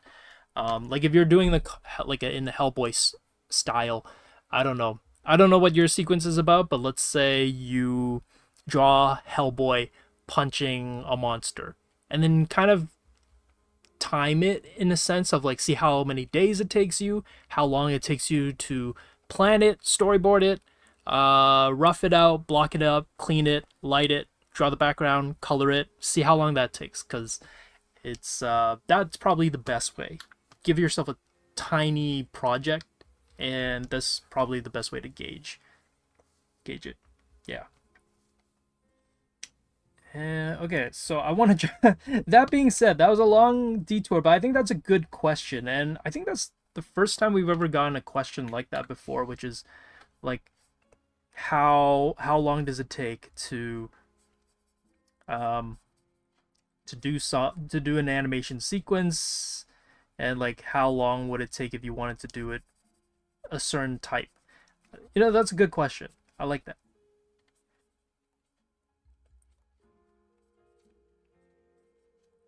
Okay, so this is our Nils punching the ghost. Punching the ghost. I kind of wanted to punch it like right in the face. Kind of, you know, this reminds me very much of like Saturday cartoons, or like comics back in the day, you know, when people used to read comics in the newspaper. Yeah, this is kind of what it reminds me of. Getting punched.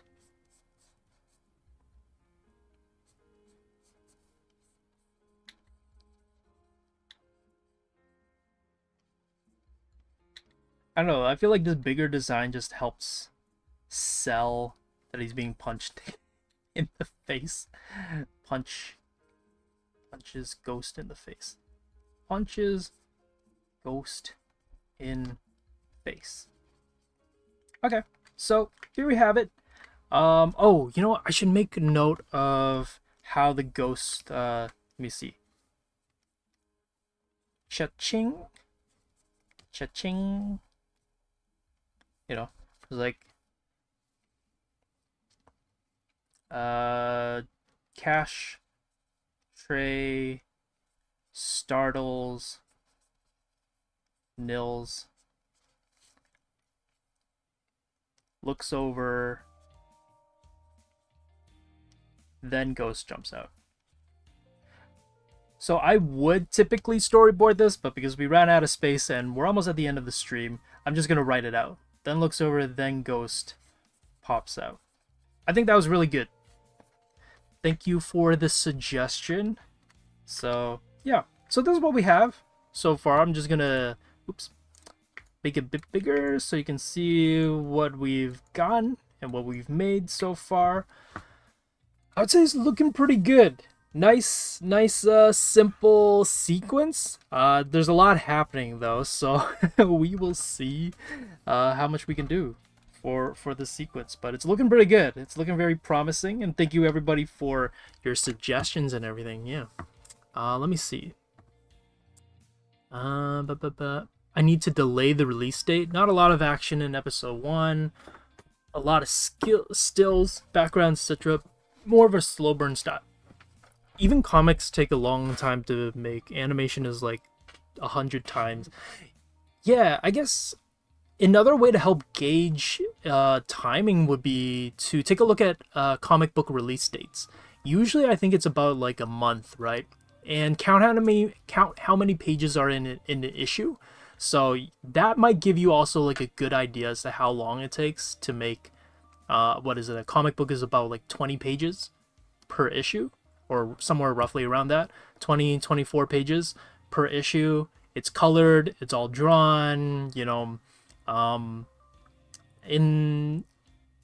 also depending on the comic book artist, right? Let's say benefit of the doubt would be like 4 panels or 6 panels a page. So that's about like what? Let's say 150 images for a comic. That's like a really rough estimation. So it's 150 drawings or panels, and you can kind of interpret that as like a screen or a frame. That takes 1 month, and that's with like a team of people too. So maybe that gives you a rough idea as to how much it might take. Don't want to put a hard number on it or a hard cap on like how long it takes, but roughly maybe. Yeah. But 100+ page manga? No. Even comics take a long form. Yeah. Took me hours to make a very basic character blinking with flowing hair. Yeah. I mean, it really kind of depends on your skill level too. So it really depends. Yeah. Well, thank you everybody. This is the end of the stream, and before we like finally, you know, close off, I do want to again just thank our sponsor for today, XP Pen.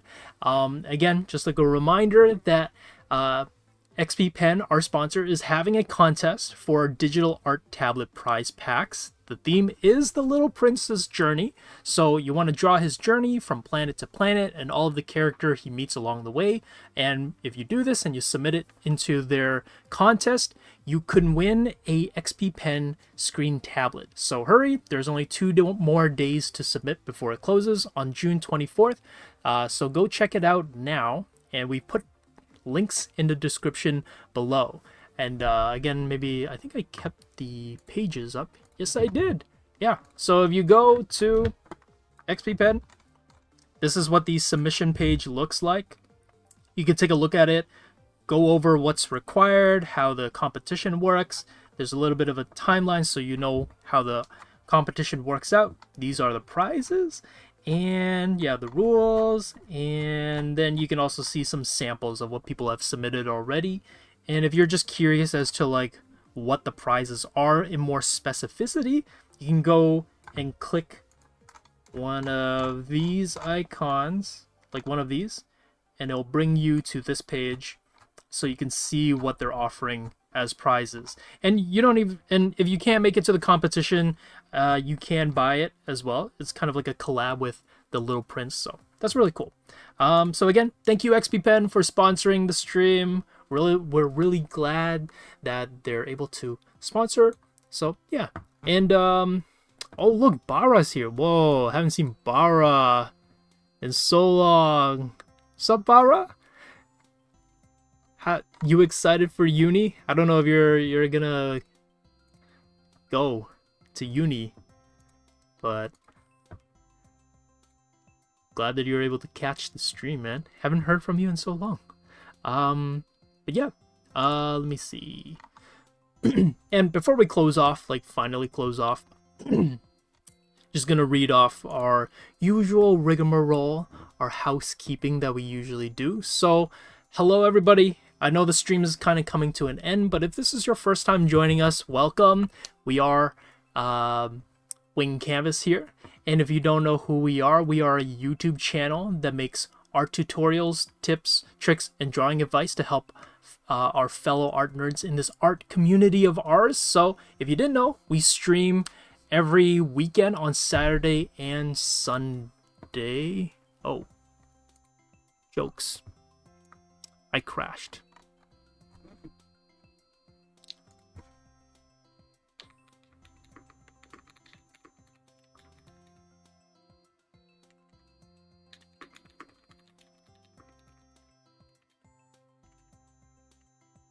Oh, am I back? Right as I was closing off. Am I back? You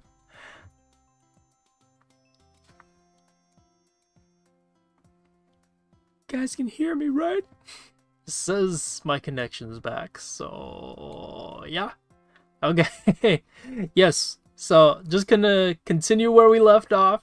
I don't know where it cut me off though, but we do stream every weekend, so glad you guys can make it. We are gonna be streaming again tomorrow, and it's going to be me. Like I mentioned, we're going to be doing our character design sheets for both Nils and the ghost character, so be sure to join us again at 3 p.m. Eastern Time.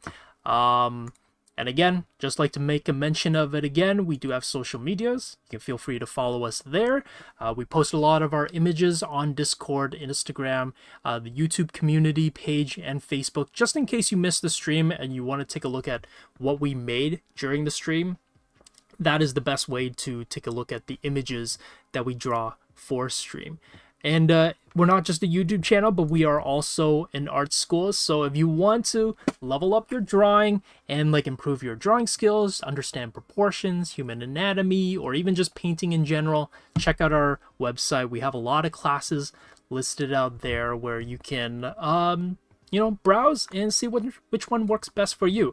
And also, again, another shout out that we do have summer camp intensives that we've been mentioning throughout the stream. But again, if you guys missed it, we are having summer intensive and summer camps that are happening throughout the summer. So if those sound interesting to you and you want to check them out, go to our websites, go to the summer camp section on the top of the website, and you can check out what camps we are offering. I am teaching character design. That's starting in July, as well as animation and traditional illustration. So again, if those sound good to you, check it out. It's on our website. And yeah, and then we can also have to thank our Patreon and YouTube members. They're the ones that are making this possible and helping us make these streams happen. So thank you to our Patreons. And if you want to check us out and support us on Patreon, you do get a lot of perks such as working files, early access videos, and monthly class recordings. So definitely check those out. And if you want to support us further, on Patreon, you will also get access to our members only chat and critiques on Discord. The next upcoming live critique is with Faye, and that's coming up on this coming Friday, which is June 28th. So yeah, if you sign up now, you can still get access to the members chat. So if you want to get some feedback that is live, this is the best way to do it. So yeah, and that's kind of it. Thank you everybody for sticking with us. Thank you for watching us, or watching me as I kind of figure out the storyboard and drawing it. Thank you for contributing and adding your ideas and thoughts to it. So yeah, thank you so much for it. Again, I'm gonna leave the storyboard image on the screen just a little bit longer in case you guys want to take a little closer look at it. Don't worry though, it will be uploaded onto Discord first and then the social medias afterwards, but I'll leave it here just a little bit. But yeah, hope you guys have a good weekend, and I'll see maybe you guys tomorrow. So yeah, it's gonna be great. It's gonna be fun. This is a 5-part series. Oh, it's gonna be interesting to see how this goes and where the final sequence and how it's gonna turn out. So yeah, okay, bye guys, have a good weekend, or I guess good night, and I'll see you tomorrow. So have a good night, and then I'll see you tomorrow. Bye.